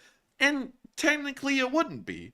It would be more like the Russian Navy's trapped in the Black Sea because they wouldn't be able to make it past the carrier group. Also, the carrier group would probably fare quite well against the Russian Navy at this point. The Russian Navy really doesn't have an ability, well, the Black Sea Fleet doesn't really have an ability to most likely fight a carrier group effectively. I would assume that the United States might lose a ship in that fight, but I don't think we'd lose the entire carrier group or even a significant amount of it. It would probably be some minimal casualties, and we would most likely end up wiping out the Russian Black Sea Fleet, not the fleet. But on top of that, another big thing that carrier group could count on is air support from land assets within the Balkans in NATO. There are a lot of U.S. and NATO air bases in this area, meaning that the U.S. Navy wouldn't just have its own aircraft on its aircraft carrier to count on, which would be about 75 of them. It would also have all of the aircraft that are available on land to also help defend the carrier group and attack the Russian Navy as well, if need be. But it isn't really about the fear of getting the aircraft carrier trapped. The chances are is that the Russians would probably back down. The thing is about sending a message.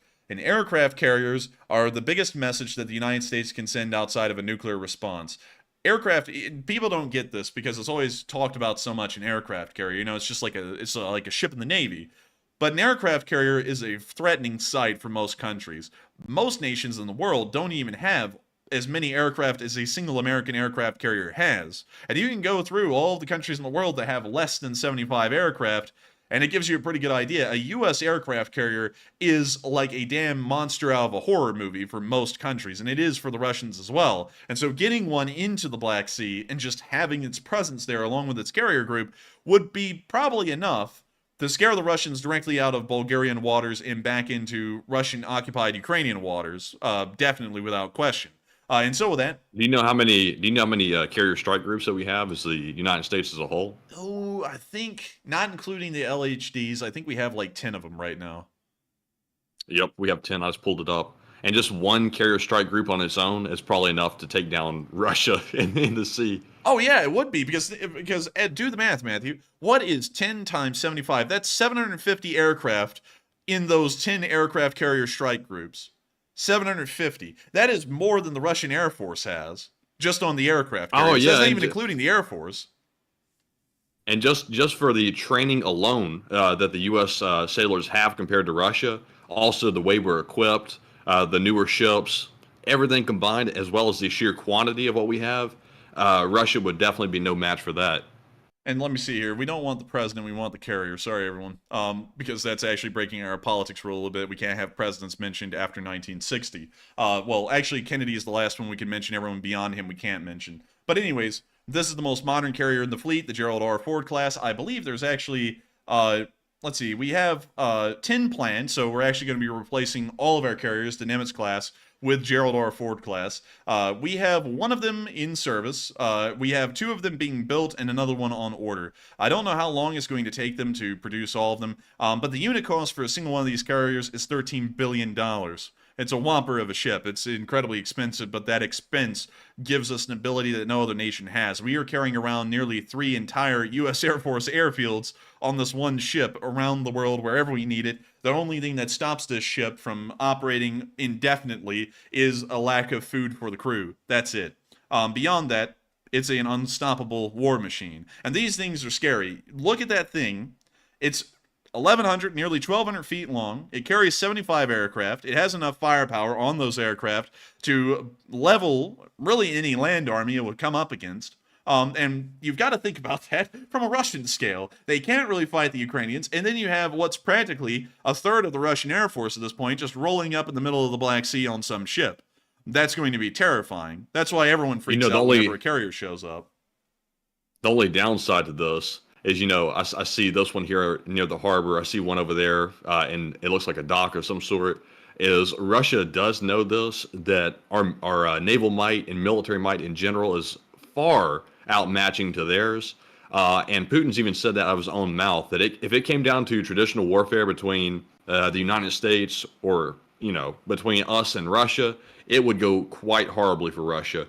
And that basically puts Russia into a position where they are forced to use nukes if they have any chance of surviving. But you know what a war would most likely look like with Russia? It would begin, we would stomp them, status quo antebellum would be achieved probably within 2 weeks because the Russians would be beat so badly, and we know what would happen. The United States isn't some kind of an automaton idiot on a government level, or at least on the negotiating level. We would understand if we beat them thoroughly enough where they were about to be defeated unconditionally, the nuclear weapons would be launched. So we would, while we're stomping them, we would also be trying to get a white peace achieved almost immediately because both sides would know how bad this war would go once it goes into full swing. We would beat them probably within a few months, and then a nuclear war would begin.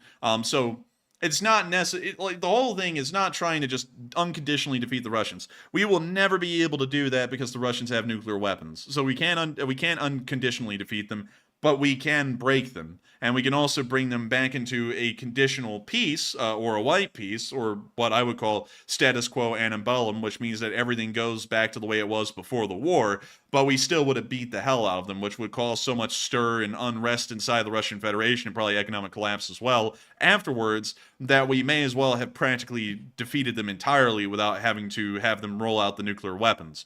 So That's largely how I view a modern war unfolding. It wouldn't be World War II where we just beat them until there's nothing of them left. We would, of course, have to come to some peace agreement so that way we don't end up in nuclear Armageddon. But also, Matthew, you were saying, look at that, there's aircraft carriers behind this one. This picture was actually taken in a really cool place, and we rabbit holed for way too long, Matthew. I was just looking at the time, so we're going to have to get back into the new... Yeah, it's spinal. But let me go down here really quickly. I got to show you this because this is where the picture was taken. It was taken in this place called Newport News, which is right up here. Let me see if I can show it to you. This is where a lot of the U.S.'s aircraft carriers are docked whenever they're in the United States, is in the Newport News Harbor. You can actually see a couple of them right through here. This is also where a lot of them get mothballed, too, so you'll see a whole bunch of older ships here. Pretty neat, pretty cool, pretty neat. I thought we were lagging for a minute. I was like, uh-oh, did we go out? Man, he was like, that's pretty neat, though. Like, Newport, nice cigarette.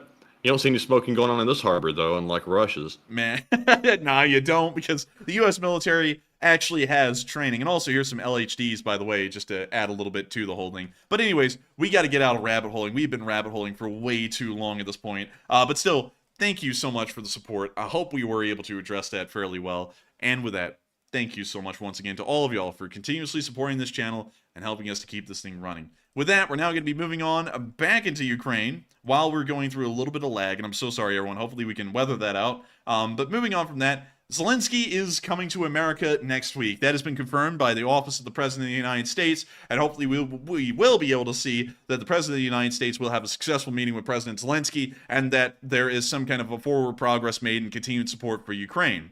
Moving on from that, we're now going to be moving on into our location unknowns, where we saw that some British vehicles had arrived in Ukraine. And here's the clip. If it loads. Do you see that fella? Man, that guy, he just peeking, you know? But when you see him driving by in the Striker, or I believe that's a Sultan, I don't really know. It's a Sultan or a Striker. Then we can see an FV-432, loads of them. We can also see some older Russian... Man, they got us on tunnel vision mode on this equipment. Yeah, dude, they have everything blurred out but the equipment itself. Can't blame them, though. You know, I get why they're doing it. Now you see them having a little bit of an interview here.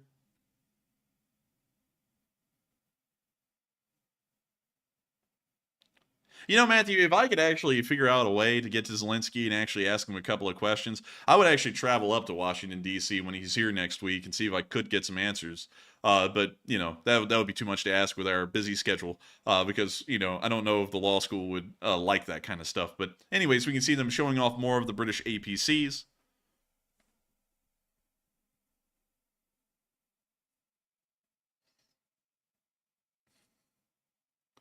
Also, really quickly, one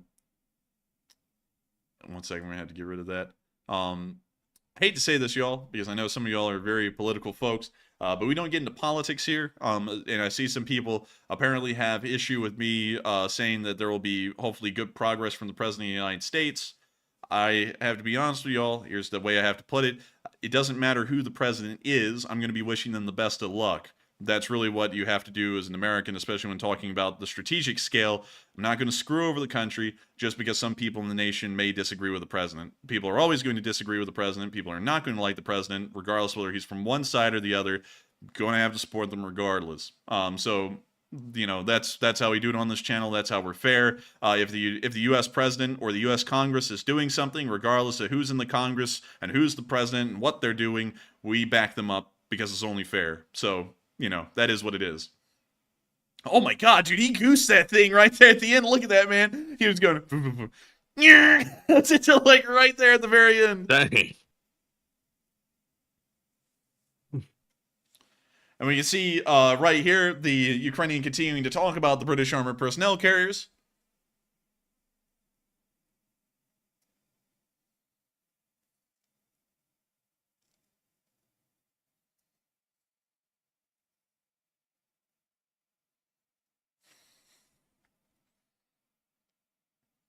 And we can see them continuing to talk about it, of course, probably saying positive things about them. They are lighter armored personnel carriers. So, of course, they're not going to be resisting a cornet hitting them or anything like that. But it will help to keep the infantry safe as they're being rushed up to the front lines and dropped off for another assault.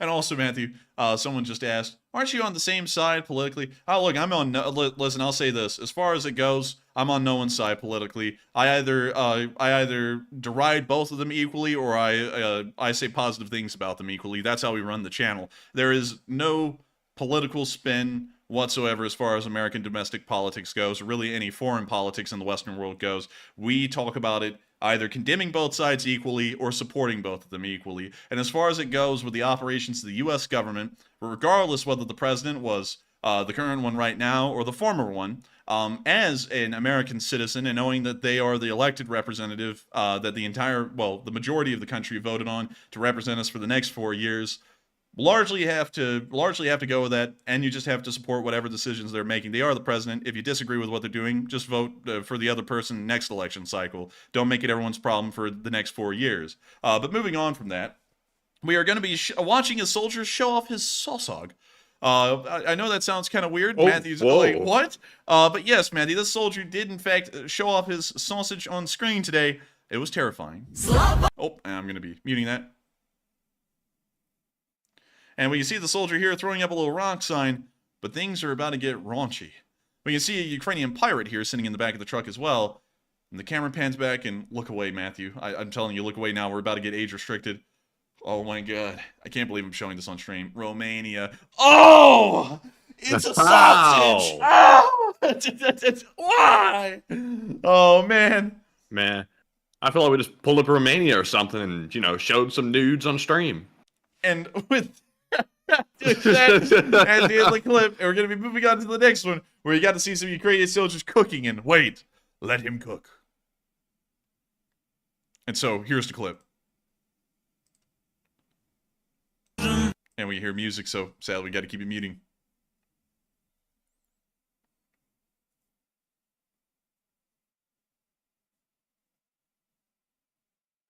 It's kind of, I won't say that. I won't say it. Yeah. Did I let my intrusive thoughts win?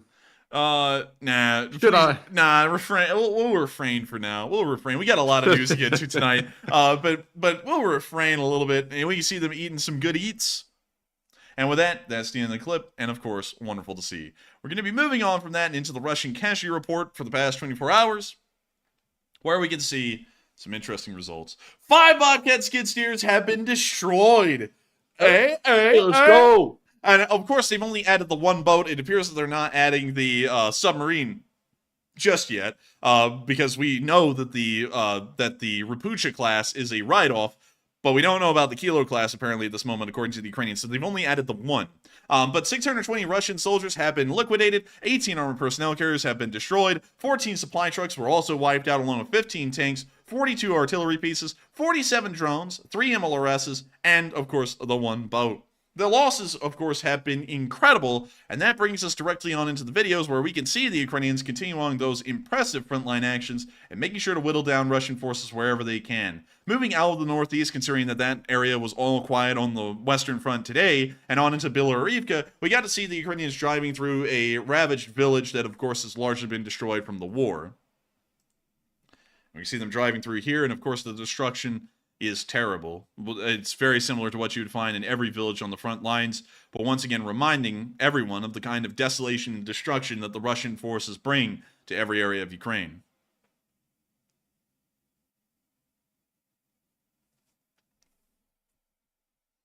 See them moving past some more destroyed houses, of course lives completely destroyed, people displaced permanently for the most part. But that's the end of the clip, and of course, unfortunate to see. Moving on into our next one from the area, we also got to see that the Ukrainians were hitting some Russians in the area with a quadcopter.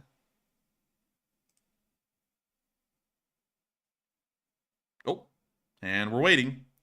And we're waiting. Hey, there we go. And here we go.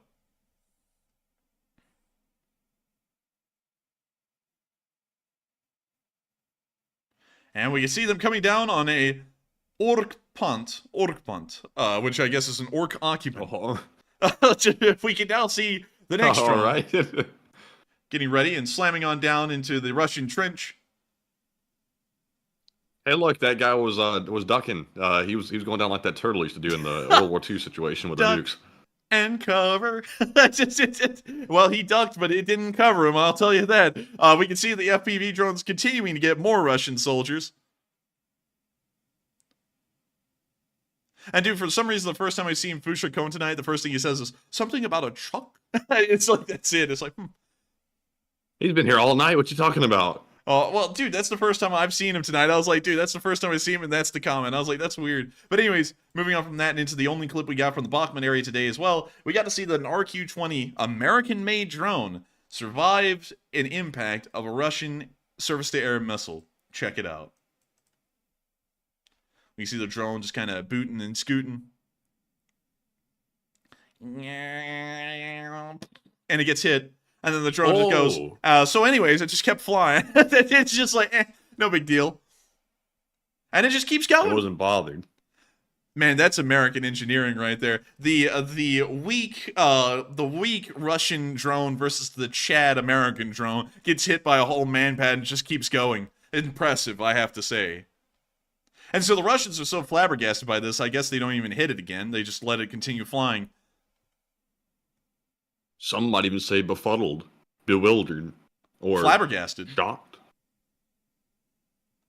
electrified, man, electrocuted, just blown away. And that's what they're about to be once this thing calls in the artillery strike. But anyways, that's the end of the clip. And wonderful to see that an American drone was able to survive a full-on manpad hit. We're assuming it's a manpad, not a whole SAM, because I believe a SAM would have taken it out. But moving on out of Bakhmut, because there was no frontline news there, had used some cluster bombs against the Ukrainians today, apparently trying to, you know, I guess level the score, although they've been using them for the entirety of the war. So here's the clip. We see the cluster bombs actually hitting into the middle of the lake, showcasing Russian stupidity at its finest, because there's nothing in the lake.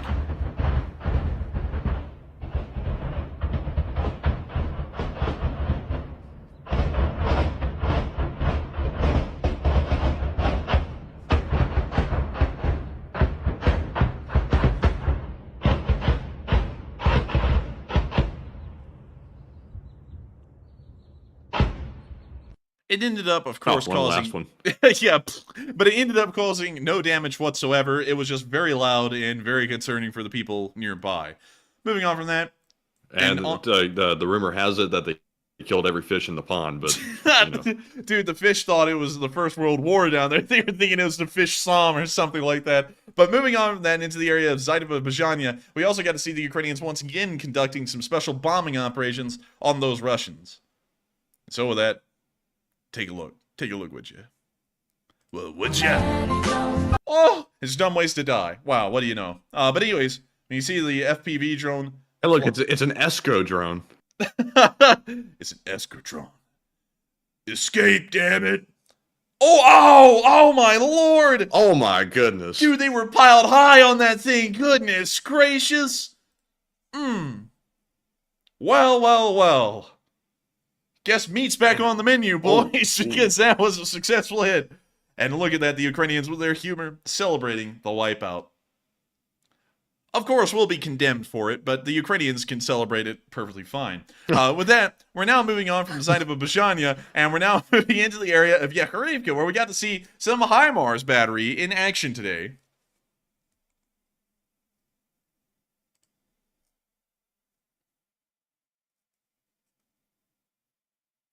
The video will load eventually. We're working on dial-up right now. You've got nail. America Online. But anyways, you can see the HIMARS getting ready to fire over there behind the chain link fence. You see this Ukrainian guy just looking around, taking in the views. He's enjoying it. And there goes the HIMARS rockets. They're on their way.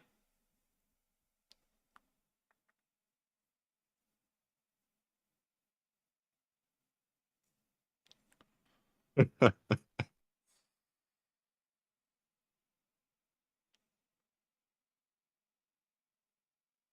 we see them continuing to fire off their missiles. And now y'all know why it's muted. Damn, son. Dude, my ears were bleeding when I said, and now y'all know why it's muted. Like, I'm just like, dang, just got deafened by that. I'm not sure what Ukraine expects us to do. Start, doing the headbanging routine while this missile's being launched Dude, off. you know what they want us to do? They want us to get jiggy with it. Hey, look at him. Look at him. Oh, he breaks it down. Look at him go. But anyways, with that, that's the end of the clip. Wonderful to see the HIMARS in operation and hopefully effectively hitting Russian forces. Moving on down into Novopolska, we also got to see some Ukrainian forces moving through a captured Russian position. Y'all heard that right. Captured. We're going to be muting that. We now see them moving through and showing off all of the captured equipment.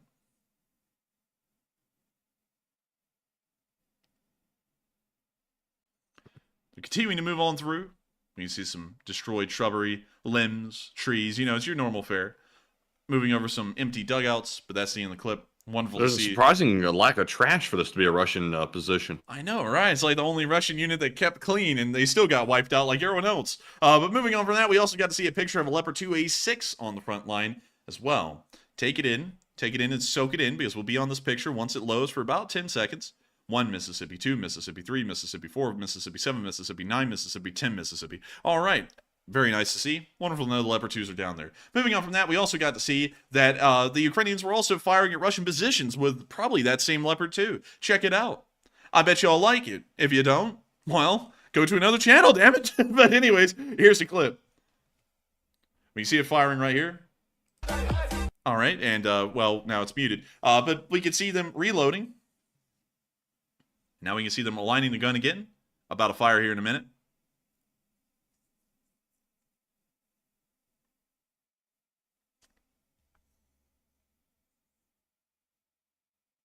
And Brian N. Janeski said, "You guys ever use dial-up? I lived it from the onset. So painful. I've never actually used dial-up, but I have used whatever that old system was called. I was like 6 years old the first time I used a computer, and it was an old Compaq, I think, or something like that. I think. I'm not sure, though, but played like some games on. I really can't remember what I did on the computer, to be honest, but I remember using the computer." Interesting. You know, Matthew, I'm trying to recall stuff so desperately. I feel like I'm getting old. Man, for you to be the one who always pushes me to keep on that freaking timetable, man. This is not the time to rabbit hole, man. I'm just kidding with you, by the way. But the first time I ever used a computer, the first thing I ever remember doing on a computer, I think this is a better way to put it, is playing Napoleon Total War. That's the first thing I ever remember doing on a computer. But beyond that, it was pretty fun. I've really gotten into, that's how I got into the military and well, not in the military. I'm not in the military. But that's how I got into military stuff and history and everything, was through Napoleon Total War. But what do you got, Matthew? I was playing Space Cadets. That was it. The pinball game on the old Windows application. I remember that now. You remember that pinball game? I have no idea what you're talking about, man. Like, I don't remember the pinball game. I remember that distinctly now. I played the pinball game, and also there used to be like CDs or something that used to like come in like the Happy Meal box at like McDonald's or something, and they would have like games you could download on the computer, like on a CD, I think. Huh. Yeah, I think I might remember that. I remember there was some website back in the day called Big Fish, and we used to get a lot of games from there. But yeah, pretty interesting. Anyways, we got to make sure to keep on schedule. So we got to move to Voznesensk because Ukrainians' nuclear energy grids are going to be switching over to Western nuclear fuel instead of Russian nuclear fuel, which of course will be loosening the grip that Russia has over everything in Ukraine. That's what the MOD report says. And without further ado, it's now time for us to move on up to Kyiv to cover the speech from President Volodymyr Zelenskyy. 15 minutes behind schedule. So the news has been incredibly long tonight. It's been nearly 2 hours long, which is one of the longest news segments we've had in a bit. But with that, while Matthew sits there and begins to recount the stories of youth, without further ado, here's the speech from President. I just remembered. I used to play. I'm just kidding. I was about to be like, dude. I was like, man. But anyways, with that, here is the speech. And he's quiet. Кілька головних речей за цей день. Вперше, саме сьогодні наша держава відзначила День танкістів. Раніше була ще радянська дата професійного дня танкових військ, і зараз є не просто мотив дати саме український сенс усім таким дням, не просто бажання наших людей, але й той конкретний результат українських воїнів, який варто вшановувати на рівні всієї держави.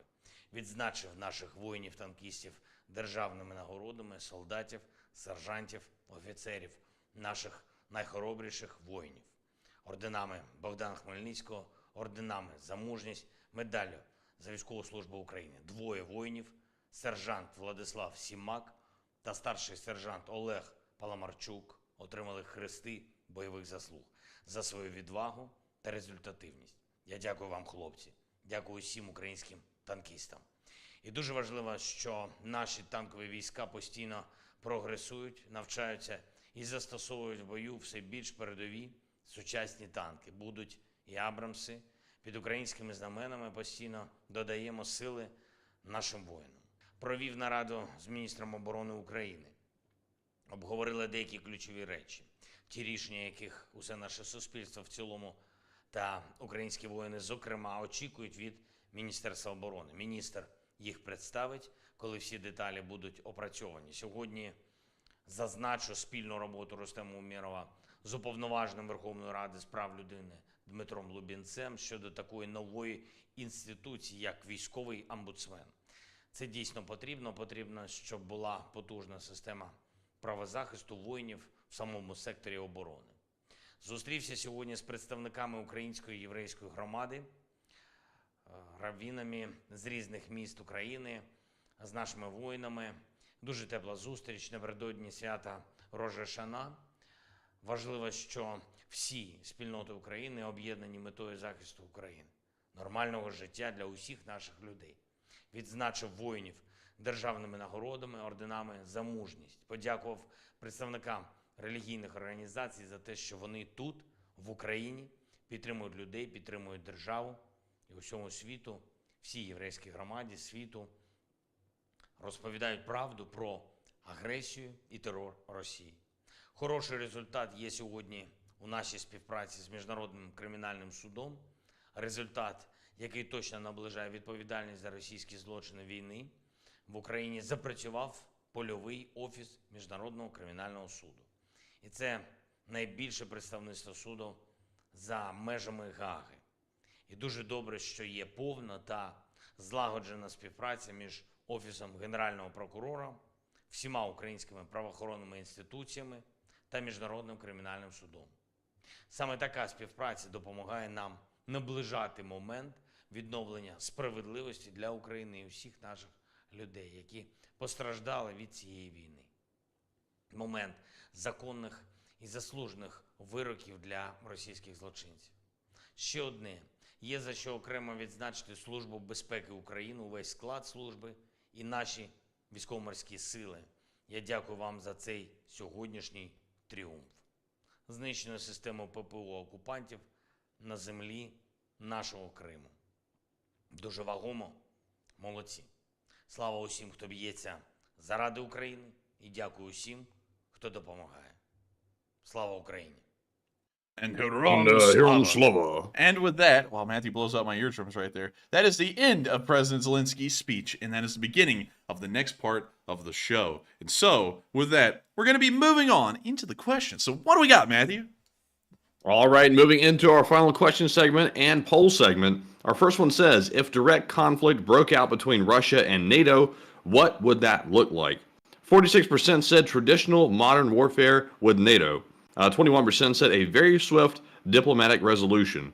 19% said nuclear attacks and WMD deployments. And 13% said Russia's allies would join and it would be World War III.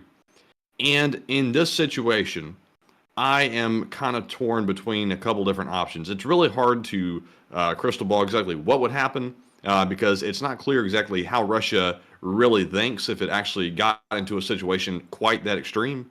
I would say, though, that nuclear attacks would probably not be the first option because Russia isn't ready to die, just to put it very simply. Nobody really is. So I doubt that would happen right off the bat.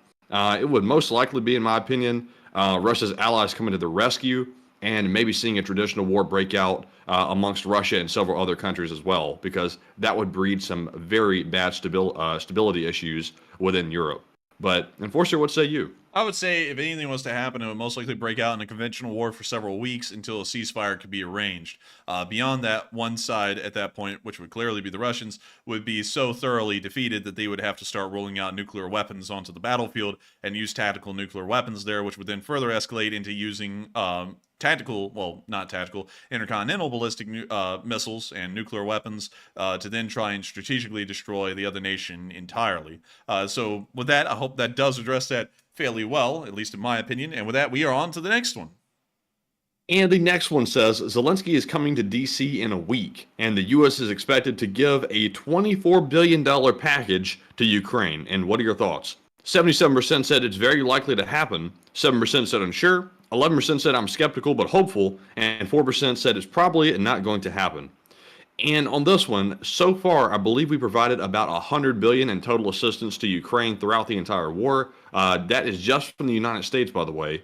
So $24 billion package would be 1/4 of the total aid given in a single package. So that would be a humongous, probably the largest single package of the entire war, if I'm not mistaken. I'm a little bit skeptical of that. The number sometimes gets taken down a little bit. They start high and then they start getting the number a little bit lower, maybe like 10 or 12 billion, which is still a lot, but not nearly 24 billion. But we'll have to wait and see. But Enforcer, what say you? If we give them 24 billion, that'll be unbelievable, really. That'll be crazy. If we give them less than 24 billion, it'll still be an incredibly considerable sum that will help the Ukrainians out throughout the next few months of the war. And so with that, hope that does address that fairly well. And we are on to the next one. And with that, we are moving back to our Super Chat questions. And up first, we have a $33 donation from Hal Rose. And thank you very much, Hal, for that support, as always. And it's Enforcer Matt, it's time for the NATO allies to put the Russian bears back into their cages to stew in their own juices for a decade or two. Question, please. Oh, dang. Stirring in them juices, man. We getting up a soup in here. Oh, but still, thank you so much for the support, Hal Rose. Throwing in a comment that I will not forget for a while. I think that's a good one. Stirring in juices, meaty juices. But still with that, thank you so much once again for support. And we will make sure to get a question from the chat while I try and hold it together. And so with that, what do we got, Matthew? And the question goes to Fedora, who says, do you guys think that Ukraine will ever be given crude submersibles? Crude submersibles? Nah, they're not going to be given a NACO sub. Get out of here. They're going to be given proper subs if they ever get them. They did operate a single submarine before before 2014, before it was seized by the Russians. I think we would probably end up giving them normal submarines. I think they would end up getting some German submarines, diesel-electric ones, believe it or not, if they were to get any at all. So with that, I hope that does address that fairly well, and we are on to the next one. And the next one goes to That Mom, who puts in a $20 donation. And thank you very much, That Mom, for that support, as always. And they said for the Call Your Family Fund. And thank you so much, That Mom, for the Call Your Family Fund. And yeah, That Mom is here tonight to remind y'all to call your families. Call them, will ya? Call them. And so with that, thank you so much once again for support. Hope that does address that fairly well. And with that, we are on to the next one.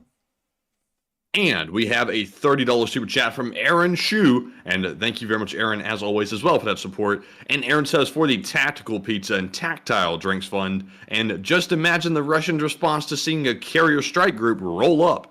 I pull up, Capybara. And quote unquote, Bliat, I just made doo-doo in my pants. Not enough vodka for this. Oh, LOL. Long live Ukraine. Long live Ukraine. Long live the others. Oh my gosh. I pull up. But still, thank you so much for the tactical pizza and the tactile drinks. By the way, I just wanted to share this with y'all because this is something that Matthew actually got. Matthew got himself a case, a 24-pack case of Pocari Sweat. It's actually not that bad. Yes, the Japanese Gatorade. Yeah, it's actually not that bad. It tastes kind of like grapefruit, and it's really good cold. Like, you wouldn't believe it. I thought it was probably going to be an undrinkable drink because the Japanese palate is very different than the American palate, but it is a very light drink. It is not strong in flavor. It's very, very light, and I think it's quite refreshing, actually, because of that. And so with that, thank you so much once again for the support. It helped the channel to keep on running, and also, I make a big mistake, but still, thank you so much once again for the support, and long live the LSA. And thank you so much once again, Aaron Chu, for being here and helping this channel to keep on running. And with that, we are on to the next one. And by the way, just to let y'all know, we're batting around the idea in the background of creating an Enforcer 2 channel to post like random like videos on, like maybe a review of that Japanese sports drink. I don't know if y'all be interested in videos like that, just kind of like off the cuff, kind of casual, like poorly edited videos or something like that. Watch out, like Matthew. if we get Watch out, Matthew. If you make that statement and say we might make a channel, someone out there is going to say that we fundraise to run a channel and we scam people. No, we're not going to be making hot dog sales videos on it or anything. We're going to be doing reviews of like Picard Sweat and we're not goofy stuff like that. And Matthew, we're not going to sit there, and like tell people that we've made peace with our enemy and then email them a string of insults right after we say that. We would never do something like that because that would be something a pathological psychotic liar would do. And so with that, hope that does address that fairly well. But yes, in all seriousness, getting out of the joke, we are thinking about it. And we're thinking about just doing random stuff over there because, every YouTube channel has that little second channel that they use for like their personality stuff. And I think that'd actually be kind of neat.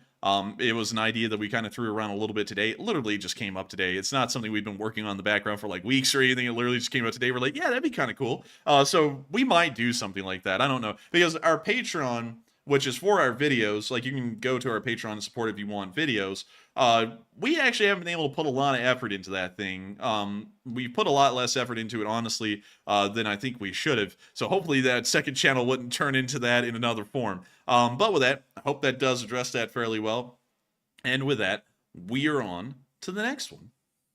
All right, and the next one goes to Aaron Cooper, who puts in a $20 donation. Thank you very much, Aaron, for that support. And he said, excuse me, $600 million tactical loss. LOL. And he said the name is of the politician. But I'll phrase it a different way without saying the name. Calling a drone strike. Double tap. Oh man, I'm scared, man. Y'all know who I'm talking about, don't you? Hopefully. My fellow Americans. But anyways. Yes, there you go. Yeah. That's better. I thank you so much for the support. Sadly, we can't make any comments about presidents past Kennedy. Kennedy is the last one we can make comments on. And I thank you so much for the support and helping the channel to keep on running. I hope you do know that. But of course, we always want to make sure that our channel stays politics free. Because while we can deride and while we can support both of them equally, we can't take sides. And whenever I make comments like that, there's always someone in the chat that goes, well, what about that nasty, ugly other side that I don't agree with? Well, that's kind of the thing. Either I condemn both of you at the same time or I support both of you at the same time. I don't make the rules around here. I just make them and then enforce them. So, I do more than just make them. So with that, I hope that does address that fairly well, my fellow Americans. And with that, thank you so much once again for support and helping this channel to keep on running. But I hope you do understand, we sadly can't go into politics. It goes against the very fiber of this channel. And so with that, thank you once again. Hope that does address that fairly well. And with that, we are on to the next one. And the next one goes to, wow, so smooth, 2101. Excuse me. Who puts in a $20 donation and says, quote unquote, that's why you paid the extra $300 million for that extra little bit of performance. LOL. And thanks for the hard work, guys. And thank you so much for the support and helping this channel to keep on running. And thank you so much for enjoying our hard work and supporting us to help us keep this thing running. Of course, folks like you have always been here and helping to support this channel and keeping us running. And I got to thank you so much for that, because if it wasn't for folks like you, this wouldn't be possible. And so with that, thank you so much once again. I hope that does address that fairly well. And with that, we are on to the next one. But also, Matthew, I saw Angry Penguin say something, and I'm gonna make a bombshell comment. It's a comment I've actually never made on the stream. Angry Penguin said in response to me saying, either I condemn both sides or support them equally. He said some would say you are the enforcer. Oh wait, hang on, I misread that. Never mind. I was about to say a bombshell thing that was going to blow people's minds. But anyways, with that, we are on to the next one. All right. And up next, we have yet another super chat from Leon, who puts in a $70 Canadian this time. And thank you very much, Leon, for that support once again. Very generous. He says, okay, so wars are won by logistics. Ford makes over 1,000 F-150s per week. And how about America provides 4,000 of them stripped down? And great brand and great idea everyone needs. And thoughts? Interesting idea, Leon. I think that's a really, really interesting idea. I would say, if Ford wanted a good product placement, why not? I gotta be honest though, a lot of modern trucks, a lot of modern pickup trucks just aren't made to be pickup trucks anymore. They've gotten a little too overcomplicated and too large. And I don't mean that, to deride anything. It's just that I think that they've largely turned into like status symbols and pavement princesses now, more so than like utility vehicles, like they used to be. Like none of y'all's granddad's trucks were that big, and they got the job done for everything. Like, why in the world do they have to be that big? What's crazy, man, is that someone actually came out with a graph the other day, and an M1A2 Abrams tanker driver has a better view in front of his tank than an F-250 driver has over the hood. Really? Yeah, that's how big the trucks have gotten these days. They're too damn big. I mean, like, it's sure they look great. I mean, no one can deny the things look amazing. Being that big, they look like damn near tanks. But at the same time, they're just too freaking big. You can't even park them in normal parking spots anymore because they're too large. They stick out too far, or they're too wide. I mean, I think we need to go back to pickup trucks like the Toyota Tacoma kind of size pickup trucks. That's like a normal pickup truck size right there. And now that's viewed as a small end pickup truck. That's my opinion. But still, beyond that, if Ford wanted a good product placement, why not? Hell, if any company wanted a product placement, why not have a competition? See how many trucks each company could provide. So get GMC on it, get Chevy on it, and get Ford on it, and see which one gives Ukraine the most pickup trucks. But still, thank you so much once again for the support, Lee. And that's a really good idea. And I think that it should not just be a thing that Ford does. I think that it should be something that all the companies try and do that are in the United States. And so with that, thank you so much once again for the support. I hope that does address that fairly well. And with that, we are on to the next one. All right. I saw Kyle Gray say Ram TRX to my house, LOL, after I said Ram TRX to Ukraine.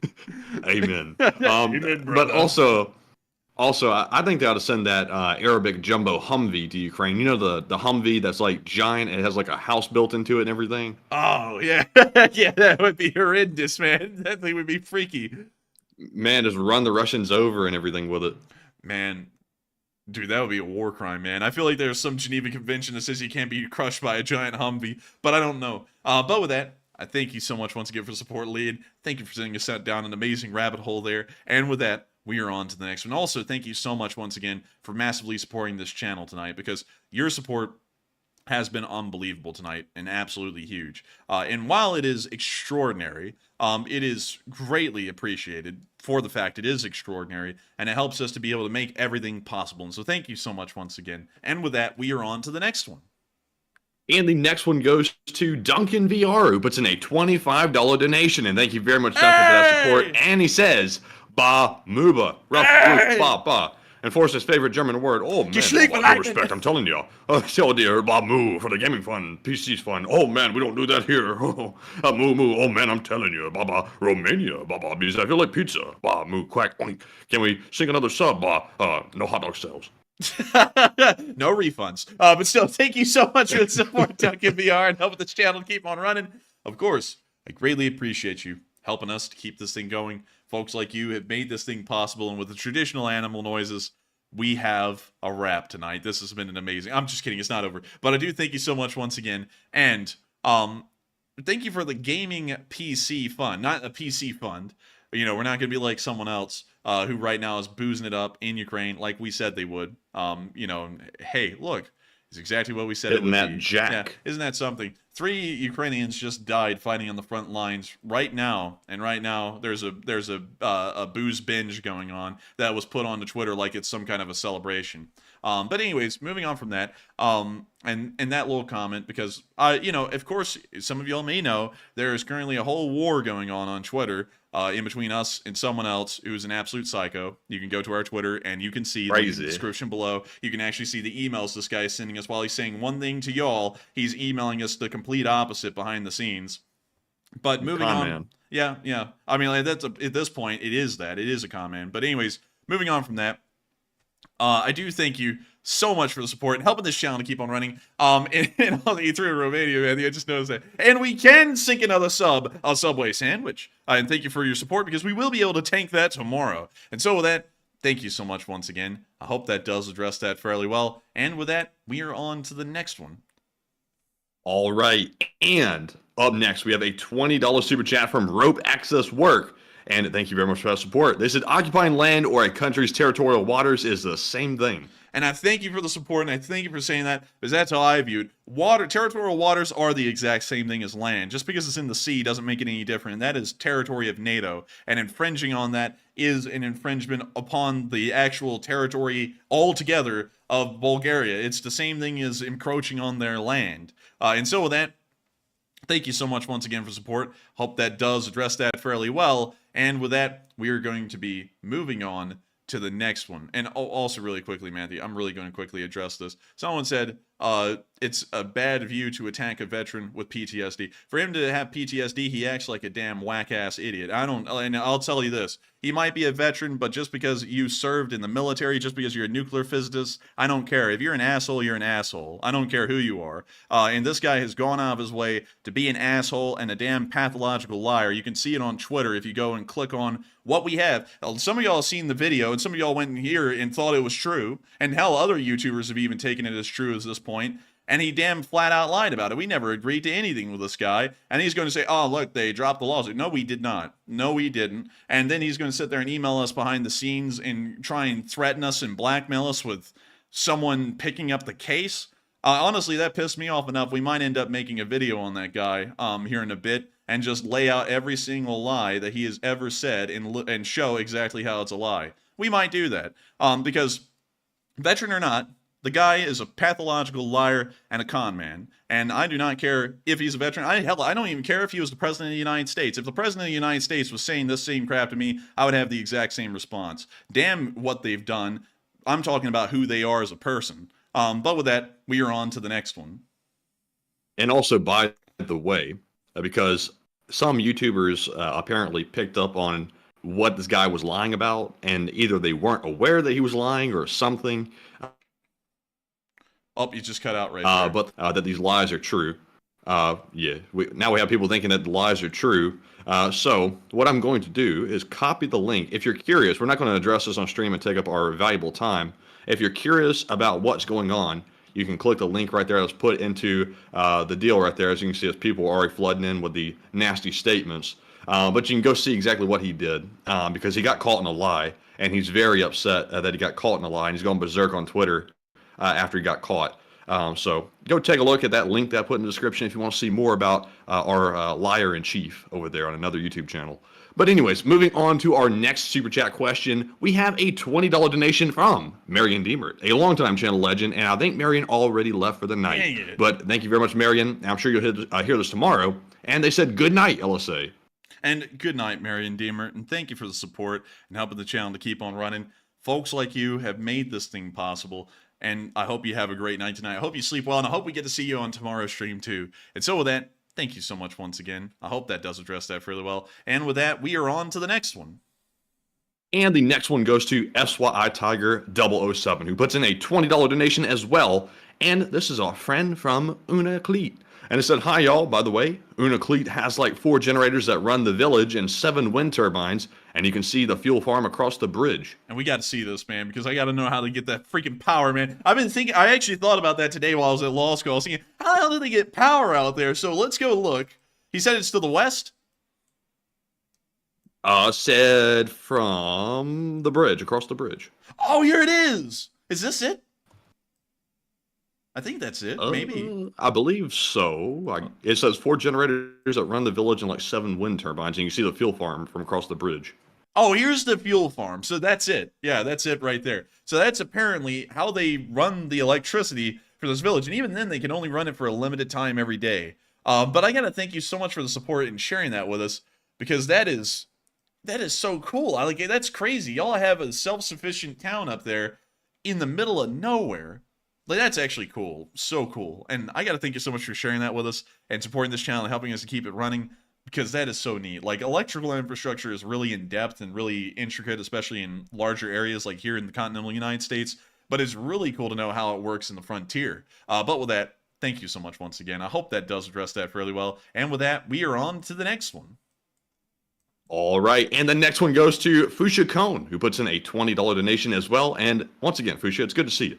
And they said, I'm here every night. And earlier in the stream, there was a video of some guy talking about vehicles. and I couldn't read the closed captions on my phone, but I was asking what was being discussed, quote unquote, something about a truck. It's fine, Fushikon. I thank you for the support. I was just pointing out when I was saying that for the first time I saw you tonight. Like, I think I may have seen you during the 10-minute countdown, but the chat was moving so quickly I couldn't really respond or really read it much. But then the first time I actually looked over the live chat and saw you tonight, you just said, "And what about a truck?" And I was like, that is so weird that that's the first time. Like, I was like, oh, there's Fushikon. And it was just that question. But still, thank you for the support. And thank you so much once again for helping this channel to keep on running. But don't worry, I wasn't like pointing that out or like calling out the comment or anything. I was just like, how in the world is that the first thing I noticed tonight? And it was just like this one like fragment of a comment. But still, thank you so much once again for the support. I hope that does address that fairly well. And with that, we are on to the next one. All right, and the next one goes to Troy Wilson, who puts in a $20 donation. Thank you very much, Troy, as always, for that support as well. And I believe that is your second or third super chat of the night. He says, "I love the show, guys, and an LSA flag shirt would be cool." And that would be cool. I would love to get an LSA shirt, a hoodie, a mug, a poster. I think that would be really cool to have a whole bunch of stuff with the LSA flag. It wouldn't be a limited edition store item either. It would be permanent. So, you know, it's not actually, interestingly enough, making a store item permanent practically kills it. Nobody really gets them much because once you get one, you have it and you never get them again. But I would still make it a permanent store item so that way anyone who wants to have an LSA flag can have an LSA flag. And so with that, thank you so much once again for the support. I hope that does address that fairly well because I can't wait to finally get that design finalized and have it put out there for y'all. And so with that, thank you so much once again. And we're on to the next one. And I see a lot of you are shocked at the emails that were contained in that Twitter post. Quite stupid. And I'm not going to say any more about it than that. It speaks for itself. But yes, he's a bona fide liar, to say the least. And really, that post proves that. Really quickly, we're not going to say a lot. You know, we're going to keep it brief because we got to keep this thing rolling. But notice how he's flat out lied to y'all, to your face on a YouTube video, and then does something completely behind the scenes that's totally different to us. That's what he's done on everything. That's what he's done literally on every single thing since the start. And we have sat here and we've tried to calmly say, oh, that's not true. That's a lie. This is wrong. That's literally everything he says. And then he acts like, oh, I'm going to expose you. And every time he goes onto a video and tries to expose us, what does he expose? He says, the super chats go to support their channel. Like, no shit. We say that after every single super chat. What in the world are we hiding? We're not hiding anything. The fundraisers are as transparent as you can literally get them. The super chats are as transparent as you can literally get them. There is nothing to hide. That's the only way that money is moved around on this channel is either through super chats or fundraisers. So if you're exposing anything, it's literally straight in your face. So, you know, there he goes with the stupid pathological lies again. And, you know, he'll be listening to this and oh my God, look at him. We're going to expose them. Look, they received super chats. And that's his whole thing. And honestly, I think at this point, he's just entirely jealous. And I said I was going to make this brief, and then I went on like a whole rabbit hole. But he's honestly jealous because he also receives super chats. And there's no problem whenever he receives them. It's just fine, you know, because he's got to do it as a job. He's got to pay the bills, just like us. But then when we receive super chats, there's apparently a problem, which is just stupid. But anyways, with that, that's fine. We're going to make a video on this guy probably within the next week. That's probably going to put him into hyperdrive too. He's going to, oh my God, they're going to call out every lie. But with that, we're going to move on to the next one. All right. And I see that the Christian Nationalist is back once again. They create a whole new account to come in here. So it's clear who they're associated with. But moving on to our next super chat, we have one from Z McKnight, who puts in a $10 donation and says, sounds much like our German World War II friend sending the mentally ill to war. Now if we can send Shoyu along with them. He's the most mentally ill guy there. Shoyu! It's none of the mental health players. But anyways, thank you so much for the support. And yes, they are scraping the barrel. Like the Ukrainians, you know, they started to take light cases of schizophrenia, and that's one thing. When you take light cases that are medically treatable, like that's what they're now going to start conscripting. But when you sit there and you take full-on schizophrenics, like there's no way to just treat them, they're just straight-up schizophrenics, that's a totally different story. So with that, I hope that does address that fairly well. And thank you so much once again for support. And with that, we are on to the next one. All right. And up next, we have a $50 super chat from SYI Tiger 907 once again. Our friend from Unalakleet, Alaska, who says it's 24-hour power, is mostly stable, just a lot of scary wiring in the houses. The generators are around the area, and where you did street view last night, and they're inside of a building that aren't visible from satellite view or the street, and the building is secured. Interesting. That's really cool. But I still got to thank you for the support. And like, you're giving us like all the insights and scoops onto the Unicalite power grid. But that is so neat. I got to say, Matthew, that's like one of the things that's really exciting me right now is like the whole power grid situation at Unicalite. I don't know what it is, but it's so cool. But still, thank you for the support and sharing that with us. That's really neat to know they're in a building. If I had to take a guess, it's not this building. That's the learning center. It's probably this building here, isn't it? Like, I would feel like it would be that one because it's a larger building that looks like it would probably have generators in it, but I could be wrong. But still, thank you so much for the support and sharing that with us because that is so cool to know how the electrical grids work up there in Alaska, which are completely different. That's completely different than every other energy grid in Alabama. But still, thank you so much once again. I hope that does address that fairly well. And with that, we are on to the next one. All right, and the next one goes to Kevin Gladman, who puts in a $10 donation, and thank you very much, Kevin, as well. He says, 1, mine clearing lines, what's the longest, and why not make it 10 miles and 10 lines deep? And 2, did you know that there is such thing as corgi butt bread? Not rude. Enjoy. I have heard of the corgi butt bread. It's like a bread loaf that's shaped like a corgi butt and baked to look like one. They're really cute. And so I have heard of that. Have never had one, though. And speaking of the war in Ukraine, 10 miles wide and 10 miles deep, what is that referencing, Matthew? That's referencing the mine clearing lines. Oh! Yeah, I think that would be too long. Like, I think they wouldn't be able to get a rocket big enough to pull that cord. But still, thank you so much once again for the support. I hope that does address that further well. And a very interesting idea, though, and I hope we were able to address all of those questions well. And with that, we are on to the next one. All right, and the next one goes to SYI Tiger 907 once again. And thank you very much, SYI. You're sending in a ton of Super Chat support, and it's not all together in one, but I do see how much you're sending in, and thank you very much for being very generous to support the channel. And they said, no, the other white one. The other white one. Aha. It must be this one, I suppose. So hopefully I'm getting that right. Maybe it's this one. Maybe it's that one. No. It's probably this one because this one has tanks behind it. So it looks like it may be storing gas. So I think it's... Is it this one? Not visible from street view. There's a street view. Maybe. Let's spin it around. Maybe it'll say something on the building. Like, there's a sign right there. If the... Hang on. It's the power plant. We found it. This is it. Yeah. Dude. It's so freaking cool, dude. It's literally like a firehouse or something here in Alabama. You know, like one of the ones you would find out in the countryside, but it has the whole city's power inside of it. That is neat. That is really cool. Interesting. And I got to thank you so much for the support. And apparently this guy is riding around like a snowmobile doing this, I'm guessing. Or he's riding a horse. I think he's actually riding a horse because this thing's got ears. Huh. What? Is that Shrek? What are you doing in my swamp? But still, I think that's literally a horse. Like, yeah, I think this thing is just a whole-on horse. But still, thank you so much for the support and sharing all these cool facts with us, because that is so neat to know that y'all's whole entire power grid is just some diesel generators in a shack in the middle of town. That is the coolest. I'm gonna have to go up there one day and just see this place to just know what it's like up there in the frontier of Alaska, because this is truly the frontier. But with that, and I keep on saying that, I've said that a million times. Every time you send in the super chat, I say it's the frontier. It is, and it just blows me away that you really are living in the American frontier, the last one that exists, and it's up there on the Alaskan coast. And I wonder how bad the storms are, Matthew, considering that they're just exposed to the open sea there. I wonder if it's bad. But anyways, It's probably rough.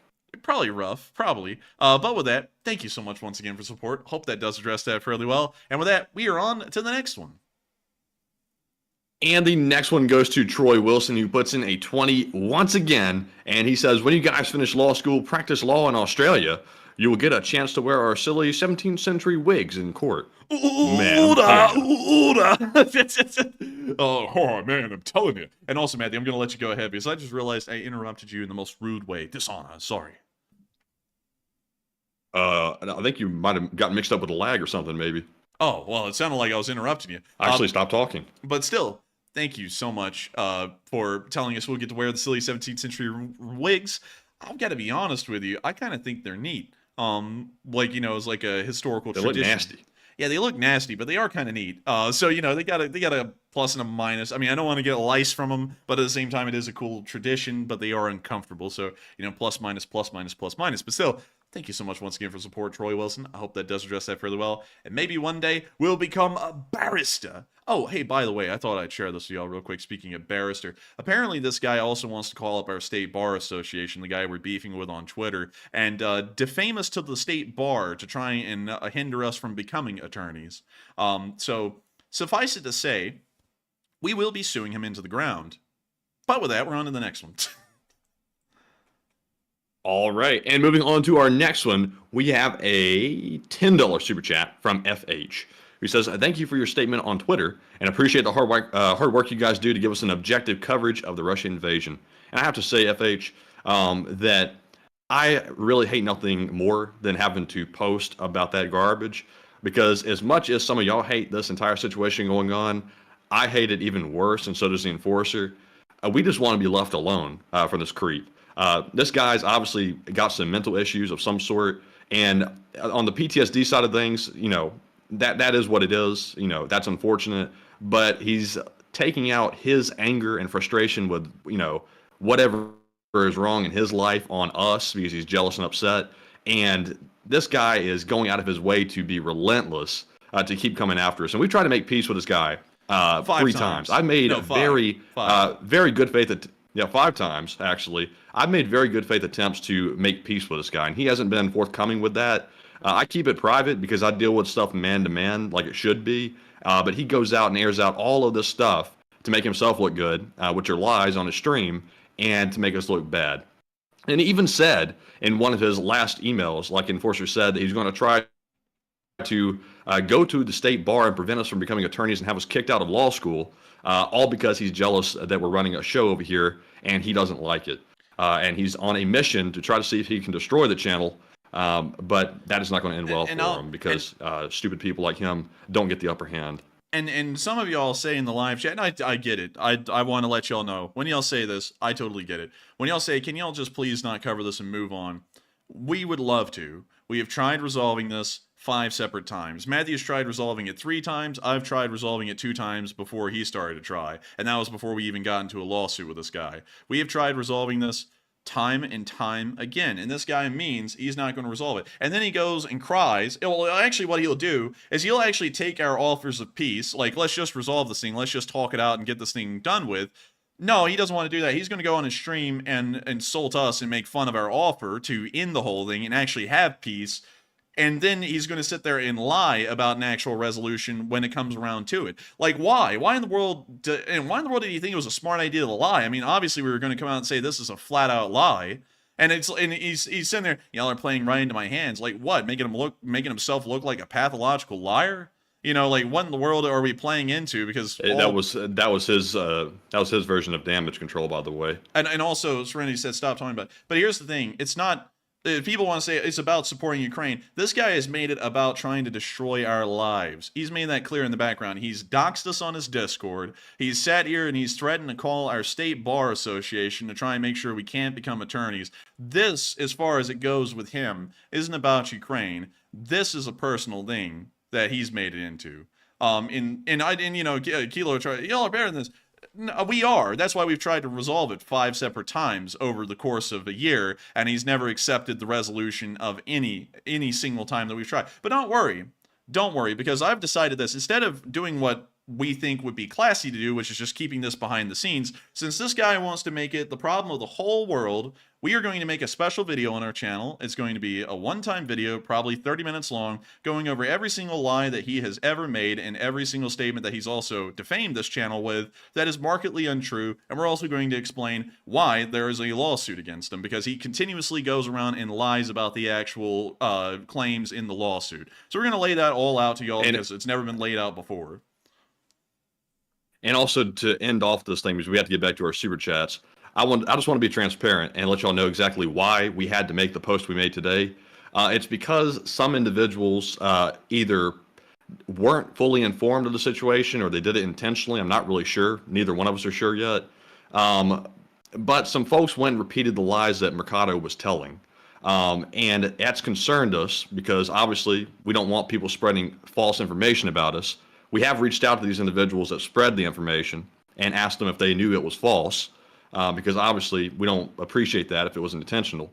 But that's what forced us to make the statement today, because we have folks going around, like a lot of you in the audience thought that his lies were true because y'all simply didn't know any better, because there's people propagating those lies. So obviously, you know, just lies and bad people all the way around. But unfortunately, it's just something you have to deal with in the YouTube world. Yeah, apparently. And we've also reached out to we're going to keep the name private for now. Maybe some of y'all saw it. But we've reached out to the person who reiterated the claim today on his stream and told him that that's not true. And, you know, that we're not even on good standing with this guy. We've been in a fight with him for a while. We actually, and I'm going to be transparent with y'all, we've actually not gotten a response on that message, and it's been active for about 9 hours on Twitter. So just keeping that out there for, you know, it's not negative, it's not positive or anything. I'm just going to make sure to give you all the information up front, because apparently if we don't give you all the information up front, we just try and give you all a little bit of a rundown, this guy is going to go back and lie about everything. So, you know, and then then there's no other story out there, and then he's just believed. So anyways, with that, we are on to the next one. All right, and up next we have a super chat from, let's see, Troy Wilson yet again, who puts in a $20 donation this time. He says, I've worked out just one thing in life, become friends with a lawyer. Oh, I'm telling you, that could be dangerous. But I do thank you so much for the support and helping the channel to keep on running, because folks like you help the channel to roll. Luckily, we do have that taken care of. So I do thank you so much once again for the support and helping the channel to keep on rolling, because folks like you make this thing possible. And so with that, we are on to the next one. All right, and our next one is going to go to AM, who puts in a $15 donation and says, here to support, and good job to you both, and what a troll that guy, LOL. And thank you very much for the support. And thank you so much for the support. And the guy isn't a troll. Like, a troll just does things to piss people off. This guy is actually trying to go and destroy our lives. He's trying to destroy our lives through law school and trying to become attorneys. He's trying to destroy our reputation on YouTube. He is not a troll. This guy is a con man, lying idiot who's going around everywhere and trying to destroy our lives because he couldn't get onto our 1-year anniversary live show, because that's where this all began in hot heat, was because he didn't get onto this live show because he blew us off for a month and a half. So with that, hope that does address that fairly well. Thank you for the support. And with that, we are on to the next one. All right, and the next one goes to FH, who puts in a 10 and says, thank you for the statement on Twitter. I think I already read that one off, or either that was a duplicate or something. But FH, if you did send in that second one, thank you very much for the second support, and we do appreciate it very much.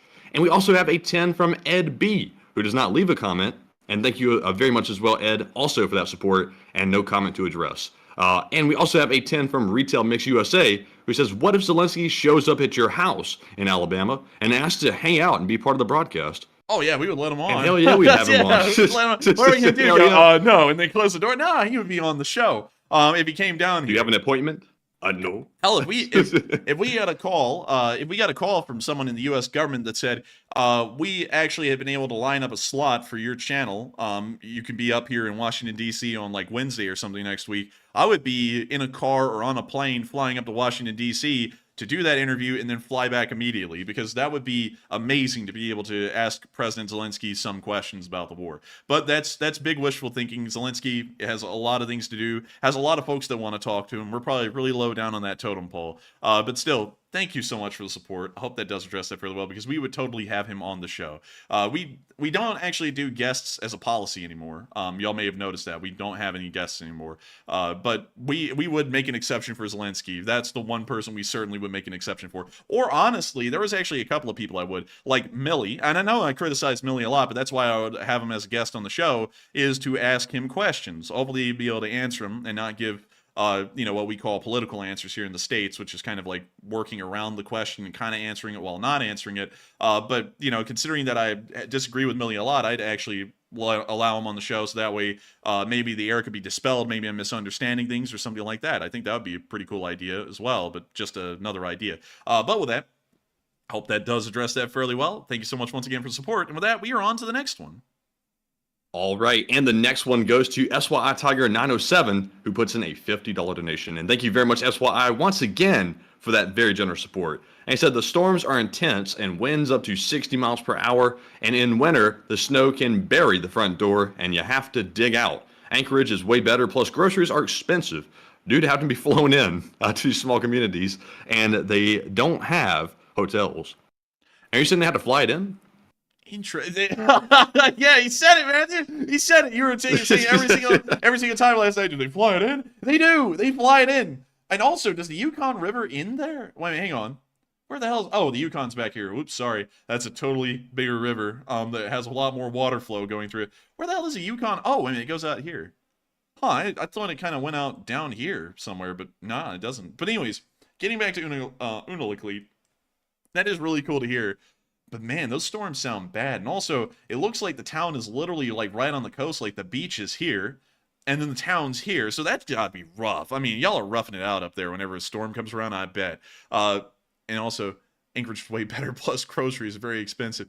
Man, that's got to be brutal about Alaska. But I do hear that y'all get paid to live in Alaska. Like, Alaska pays out every citizen, like, a check every once in a while. It's not a big one, but it's a check nevertheless, to just live there, because it's hard to keep people in Alaska because it's such a brutal place, the frontier. But still, thank you so much for the support and sharing that. And thank you so much once again. And also, SYI Tiger just threw in a 2 and said, have a good night. See you tomorrow. And thank you so much, SYI Tiger, for the massive amounts of support tonight. And also sharing so much cool facts about your little hometown. Well, not hometown, but your little village of Unalakleet on the very edge of the Alaskan frontier, just maybe a few hundred miles away from Russia. And that is so cool to know that you were up there roughing it out in such a foreign place with such weird ways of living, but incredibly interesting nonetheless. And so with that, good night to you, and thank you so much once again for the support. And with that, we are on to the next one. All right, and moving on to our next one, we have a 2 from SYI Tiger 907 who said, have a good night and see you tomorrow. And thank you. Wait, didn't I just read that? No. Did you? Wait, who sent that in again? Because I swear I just heard someone that we just read off.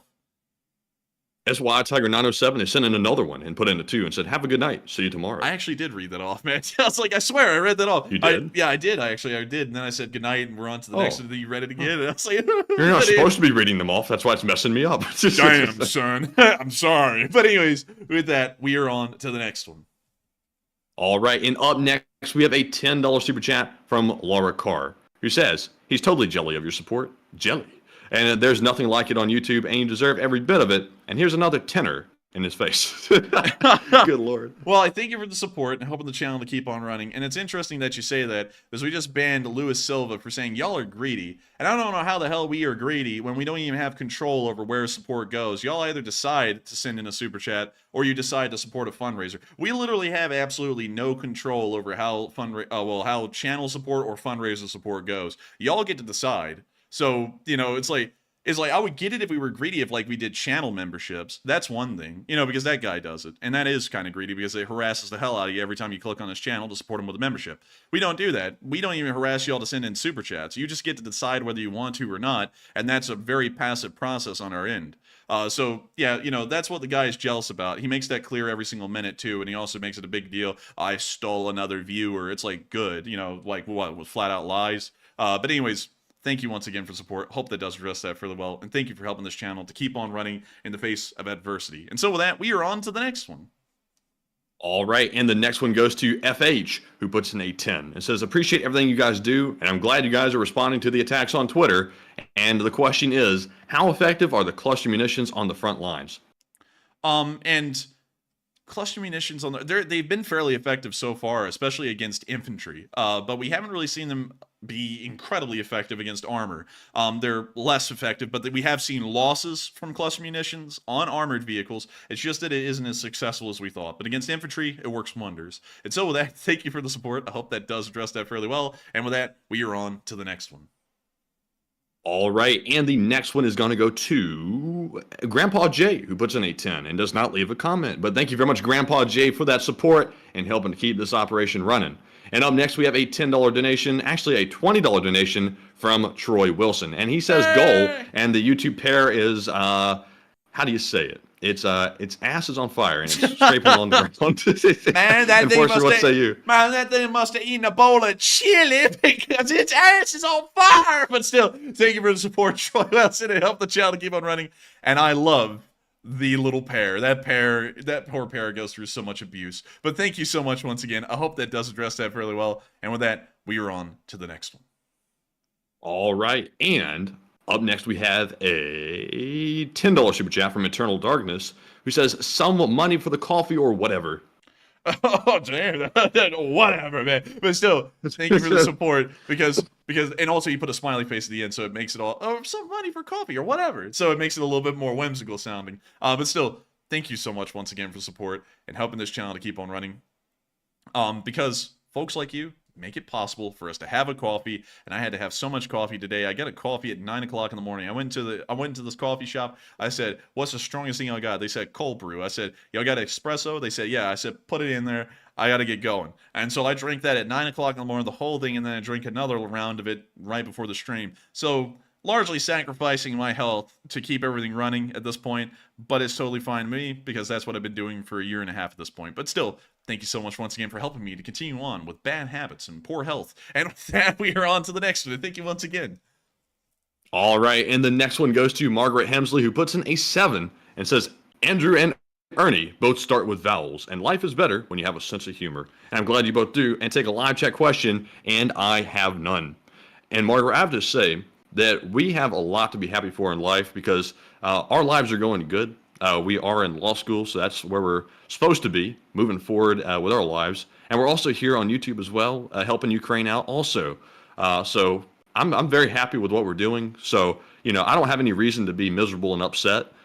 Some people that are actually in war zones like Ukraine, they actually have a right to be upset because they're actually in a bad situation. So I always like to look on the bright side of things, even though we do have, you know, demented people trying to cause trouble with us for no reason. Sometimes you just got to try to overlook it the best you can and just deal with it in the background and hope for the best. But, you know, some people are very miserable and try to make other people's lives miserable. And those people, I hope everyone can realize what the true point a lot of people have. Okay. And Enforcer, what say you? And I thank you so much for the support. I would have to agree with what Matthew said entirely, including the part I didn't hear. But still, thank you so much once again. Hope that does address that fairly well. And with that, we are on to the next one. And the next one goes to FH once again, who puts in a 10 and says, question, how effective are cluster munitions on the front line? Good question. We actually just got that. They are very effective against infantry from what we've been able to collect. But at the same time, it also appears that they are somewhat ineffective against armored vehicles compared to what was advertised. They do destroy armored vehicles, but it has to kind of get a little lucky with the hit to be able to knock them out. And so with that, thank you so much once again for support, FH. I hope that does address that fairly well. And with that, we are on to the next. But thank you so much once again. All right. And the next one goes to Margaret Hemsley, who puts in a 7 and says, thanks for the no politics rule. And I'm from Australia, so I'm not invested in U.S. And good idea about second channel. I'm a Patreon member, and I'd love to see it. Hey, and thank you for being a Patreon member. We don't actually promote that on the stream. We only promote those on our videos because it's supposed to be like a separate fund for the videos. But I do thank you so much for being a Patreon member and also watching our videos because that shows that you are. And also, I thank you for enjoying our no politics rule. I'm very adamant about no politics. And I'm actually going to, since you said that, I'm actually going to drop a bombshell for y'all because I'm sure if y'all know a little bit about the drama, y'all probably seen a picture brought up a million times. And I can actually confirm to y'all, that is me about 4 years ago. The thing is that in between then and now, I learned that there is absolutely no reason to be that much into politics on either side. Both sides are full of crap. Just being completely honest with y'all, not really a big fan of either of them, and so that's why it's very easy for me to just throw all politics to the wind and keep completely neutral on everything, because once you kind of pierce the veil of the stupid crap everyone says on every side, you realize everything they say, for the most part, is completely meaningless, and they're not even talking about the things that really even matter. That's why, hell, I can sit here and just talk all day, make fun of everyone, condemn everyone, support everyone, and it doesn't matter, because largely to me, they're both the same. They're both garbage. And that's why I don't get into it. So, with that, thank you so much once again for the support. Thank you for enjoying our no politics rule. It's revolutionary, really, at this day and age on the internet, because either you get a very far left-leaning or a far right-leaning channel, and I like to keep it straight down the middle, where we don't go onto either side. We keep it completely neutral, completely unbiased in that regard, and we just cover the news of the war in Ukraine. And so with that, thank you so much once again for support and helping this channel to keep on running. I hope that does address that fairly well. And with that, we are on to the next one. And Margaret Hemsley put in that too and said, forgot the live chat question and take one, please. And we will grab one. And the live chat question is going to go to Franco Lacono, who says, if Crimean Black Sea becomes last stance, does this become a NATO-Turkey conundrum? Yeah, it kind of would, I'd suppose. If I had to try and give a good answer on that, I would say yeah. And so with that, thank you so much once again for the support and sponsoring that live chat. And with that, we are on to the next one.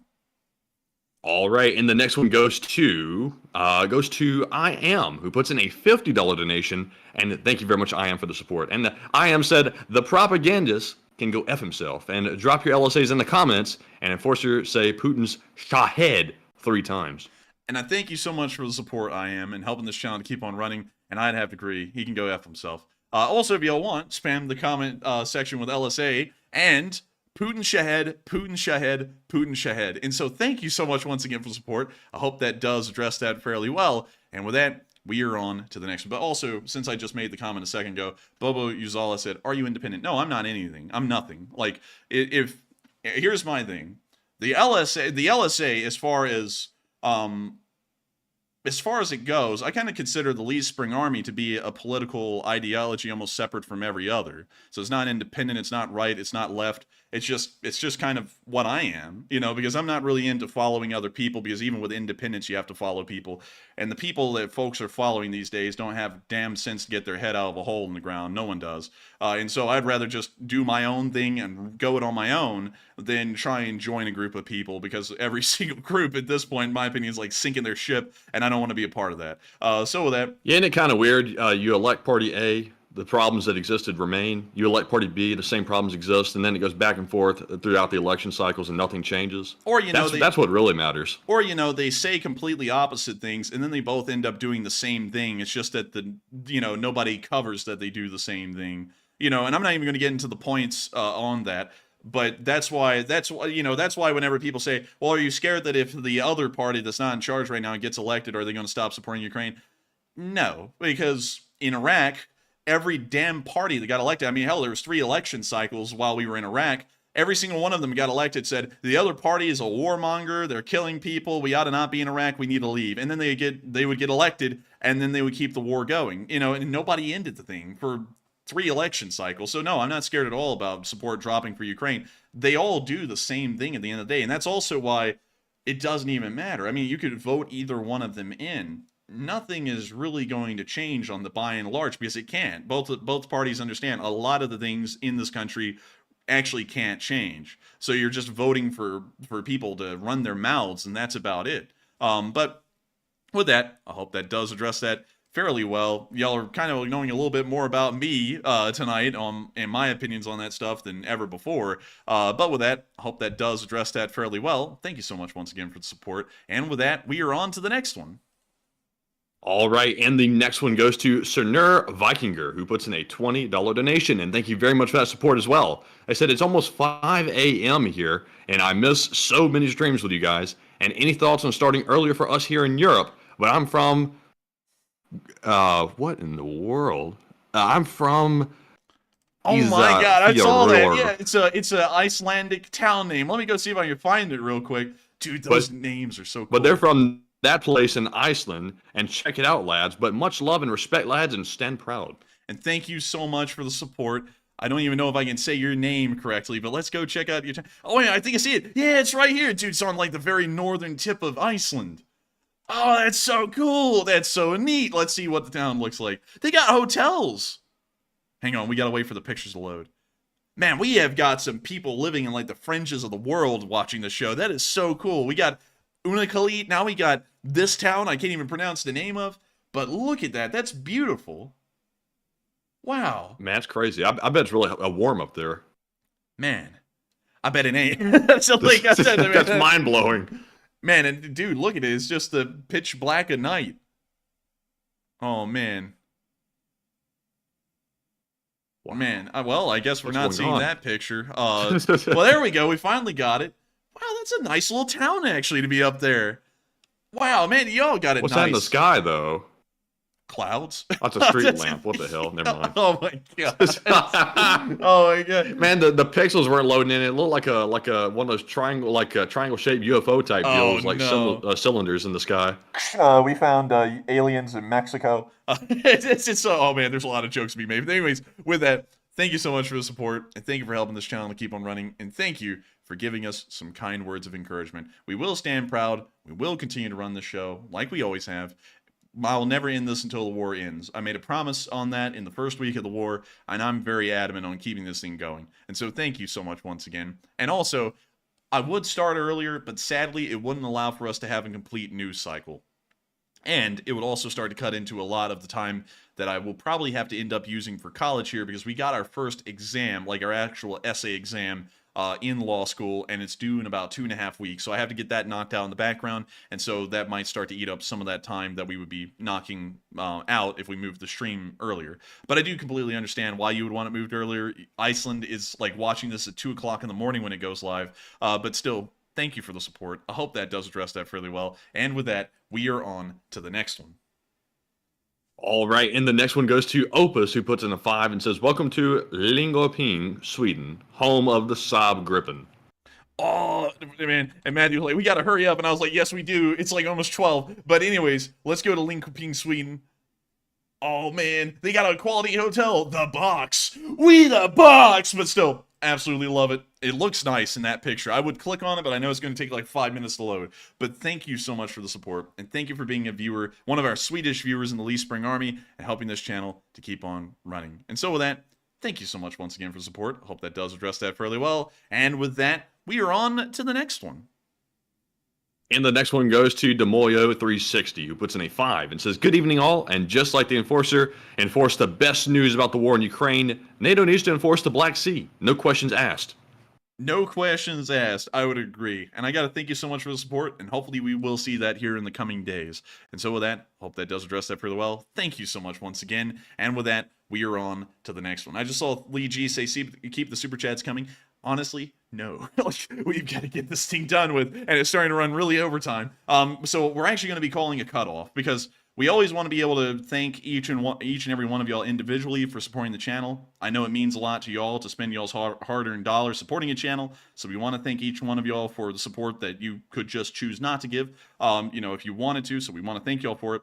So sadly, we'll be having to call a cutoff. We will not be reading super chats that are sent in beyond this point, but I want to thank everyone so much once again for the massive amount of support that we've been getting tonight, because it helps the channel to keep on running, and not only that, it spites some people who are going to be vicious and angry as hell, going, oh, look at them, they're grifting, when y'all are deciding to send these in on your own volition. But still, thank you all so much once again. It is a cutoff at this point, and we're going to be answering the ones that we have lined up in the queue, and then we're going to be moving on into a few live chats and rounding out the stream. And so with that, we are on to the next one. And the next one goes to Lucas Sandlin, who puts in a 5 and says, "Hey boss." Uh-oh, that scared me for a minute. Now that gave me some flashbacks. "Hey boss, Warden has had a big comeback, and War 106 is about to end in a Warden victory. And can you watch the war replay on Foxhole Stats? Slav Ukraine." I thank you so much for the support. I wish we could, but we are running desperately out of time. We're 30 minutes overtime right now. But I do thank you so much for the support. It's wonderful to hear that the Wardens are winning, because I'm, of course, a Warden, and I'm all for Siva. I love Siva, and thank you so much once again for the support. But sadly, I won't be able to see that tonight. But thank you so much once again. I hope that does address that fairly well. And with that, we are on to the next one. All right, and also, by the way, we have an unusual amount of super chats left that ask us to take live chat questions. And unfortunately, Enforcer, I think unless we do just like 1 or 2 of those, we're going to be running so over time that we're not going to get any sleep, and I'm not going to be able to function tomorrow. So I think we might have to consolidate those maybe into one. Well, Matthew, here, how about this? How about we're going to run it for as long as we can, and if we can't do it, we'll just enact the former plan, the one we have in the background. Not going to say it live, but we'll do the former plan, because I want to make sure we read off each of them if we have to. But still, we're going to have to do a power play here, y'all. We're going to have to speed it up really quickly, because Matthew is right. At this point, we're probably not going to get any good sleep to even be able to go to school tomorrow, because we got to get up at 5:30 in the morning. So I'm going to be doing a lightning round. We're going to be answering these as fast as we can. And so with that, here we go.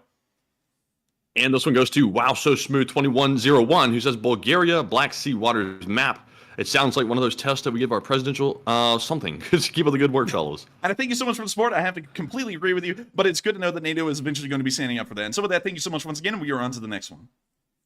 All right, and this one goes to CK Bold, who puts in a 5 and says, take a live chat question, and we will. And it goes to Justin, who says, why don't we have U.S. defense engineers secretly on the ground teaching the Ukrainians to manufacture their own long-range munitions? I thank you so much for the support. I bet we probably do, because currently we can see that the Ukrainian missile defense industry is trying to produce longer-range drones, such as the Ram and the Crim. Well, actually, they're ballistic missiles, but nevertheless, I think we probably do. But with that, thank you so much once again for the support. I hope that does address it fairly well, and with that, we're on to the next one. And the next one goes to Siri, who puts in a 5. It says, thank you for the hard work, and shout out to the brilliant warrior at M and the other 8%.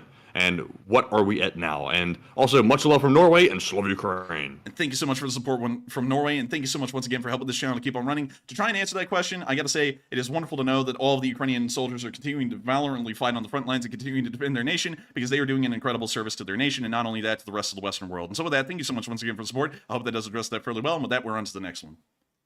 And the next one goes to Lurch Eyebold, who puts in a 5 and says there's a famous Western song that predicted the future for Russia called Crimea River, and I hope you get the joke. Well, I do get the joke, and I thank you so much once again for the support. Of course, that is a famous song, Crimea River, and I see the pun right there. It's hilarious, and I thank you so much once again for the support and helping this channel to keep on running. With that, we're on to the next one. And the next one goes to Herp Derp NV, who puts in a 5 and says, sure you shrug and facial expression during that interview looked like a whipped husband when someone asked him how's marriage is going. That's a good one, and I thank you so much for the support, and I have to completely agree with you. Honestly, to me, it looks like a car mechanic that just got cussed out by a customer, and then they asked him how quick he could get the car done, and then he just did the shrug thing. I've seen that before. But thank you so much once again for the support and helping this channel to keep on running. I hope we were able to address that fairly well. And with that, we're on to the next one. All right, and the next one goes to Lewis Bryant, who puts in a 5 and says, hi guys, I love the show, and also I love the show, and love Ukraine. And thank you so much for loving the show, and I thank you so much for supporting this channel, because folks like you help us to be able to keep this channel running, so that way folks can continue to love it. And so thank you so much once again, and thank you for keeping the flag of the Least Spring Army flying, and long live the Least Spring Army. So with that, we're on to the next one. And the next one goes to Steve Alexander, who puts in a 5 and says, after you announce a Ukrainian town getting liberated, have you ever had a person in the chat say, hey, that's my hometown or ancestral home? I thank you so much for the support. Sadly, I've never actually seen that, but one day we probably will. We have a decent amount of Ukrainian viewers in here that watch occasionally, but sadly, we haven't really seen that at the moment. But with that, thank you so much once again for the support. I hope that does address that fairly well. And with that, we're on to the next one. And up next, we have a 4 from Certify, as well as Lewis Bryant, who says Trapaholics, and a $2 from Charge. And thank you, Certified Lewis and Charge, for that support. And Enforcer, what say you? And thank you to all three of y'all so much for the support. Trapaholics! And thank you so much once again for all three of y'all continuing to help this channel keep on running, because y'all support makes this thing possible. And I want to make sure that we recognize each and every one of y'all for y'all support, whether it be $1, whether it be $500. Every single support counts, and it means a lot to each and every one of y'all, and it means a lot to us, because we were able to keep the show running thanks to y'all support and able to do this as a job. And so with that, thank you so much once again. I hope that does address that fairly well. With that, we're on to the next one. And this one goes to Lizengard, who says UK subs have quantum compasses, silent and deadly. And I thank you so much for the support. I actually don't know what a quantum compass is at the moment, right off the top of my head, but I do thank you so much once again for helping this channel to keep on running and helping to support us and keep this thing rolling. But I will be trying to look into that after stream, and with that, we're on to the next one. And the next one goes to Chef Pat, who puts in a 2 and says, Enforcer Matt talks about computers like he's 90. And sometimes I feel like I'm 90, and it feels like ages ago. It feels like 6 years old was a whole nother life. But yes, Chef Pat, we're all getting old each and every day. But thank you very much for the support. And up next, we have a 2 from Ignis Lord of Flames, who says, do you guys have a case for defamation on this guy? And yes, we do. And it is filed, and it is pending. But Enforcer, what say you? And I thank you so much for the support. Yes, we actually do. We actually have, I believe, 8 charges inside of that law. Well, not charges. They're, Matthew, what's the actual correct term? I'm missing it right now. Claims. We have 8 claims in the lawsuit. He lies about them constantly. To pause for a moment from the speed talking, because I have to kind of like walk myself through this, make sure I say correct statements. There are 8... damn it, I forgot the damn word again. I'm in law school. We have 8 claims in the lawsuit. Guy continuously lies about him. He says that it's a lawsuit because he's calling out our thumbnails. I could give a shit. The guy sat there and lied about us running scams. He said our Sunday fundraisers are slush funds, which is a defamatory statement. He never removed it from his YouTube channel, so we're getting him. But with that, thank you so much once again for the support. I hope that does address that fairly well. And with that, we're on to the next one. All right, and the next one goes to Neil, excuse me, Neil Vizonot, who puts in a 2. It says, just to tick off the trolls, and the LSA is with you. And thank you so much once again for the support, and thank you for letting us know that the Lee Spring Army is with us. We always love to know that the entire community is backing us up every single step of the way and helping us to keep this channel running as well. And so with that, thank you so much once again. I hope that does address it further well. And with that, we're on to the next one.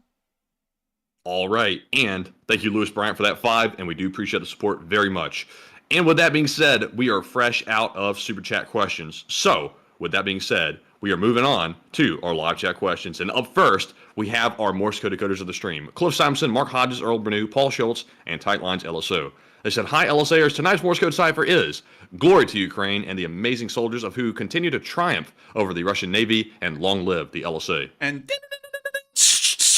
that's the sound of money, and y'all got that dead on the nail, and I got to congratulate y'all once again for getting that correct on the 568th day of the war. And so with that, thank you all so much once again. We were on to the third to last question of the night. This one goes to Wondering, who says, does anyone know what the status quo etiquette that the Black Sea goes by? Territorial waters have to get the something closely controlled for military drills.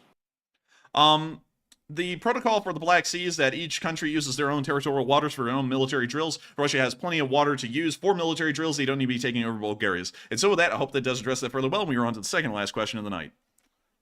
And we have a question from Brian, who says, will U.S. approve ATACMS with Zelensky's visit to the U.S.? Yes, they will. We've already been hearing in the background that they're going to be approving the ATACMS missile. We haven't heard an official statement on that at the moment, but considering that Zelenskyy is going to be visiting here next week, we're largely assuming that the ATACMS will be approved while he is here. And so with that, I hope that does address that fairly well. And we are on to the final question of the night. And so, who is the lucky last person who threw in the lucky last question of the night?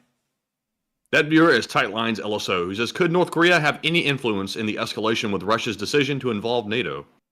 Can you reread that one again? Could North Korea have any influence in the escalation with Russia's decision to involve NATO? I have a feeling not so, because the North Koreans have a very small arms industry. They're only able to produce the bare basics, and I have a feeling that they are absolutely incapable of adding enough to the Russians to make them feel confident enough to go up against the rest of the Western world. But with that, I hope we were able to address that fairly well, and it is the end of tonight's stream. I've got to thank every single one of y'all so much for being here with us tonight and covering this major news that has occurred over the past 24 hours. There were 7.4 thousand of y'all on at a single moment tonight, and we were honored to run the news for each and every one of y'all, including the ones that are here still right now, the 3,900 of y'all.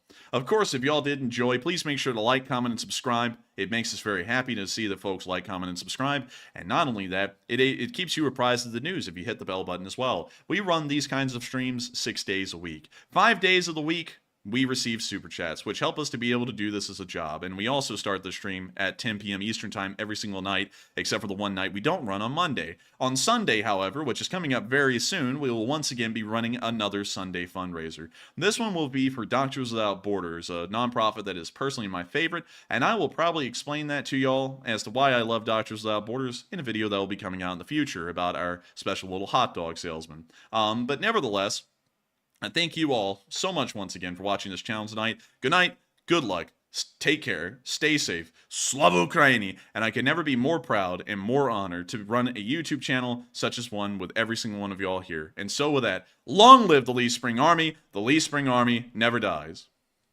And good night, LSA. Thank you all for another great stream, as always, and we'll see you all tomorrow. Be sure to tune in for our short war video, and Slava Ukraine. Yes. The Lee Spring Army sends its regards.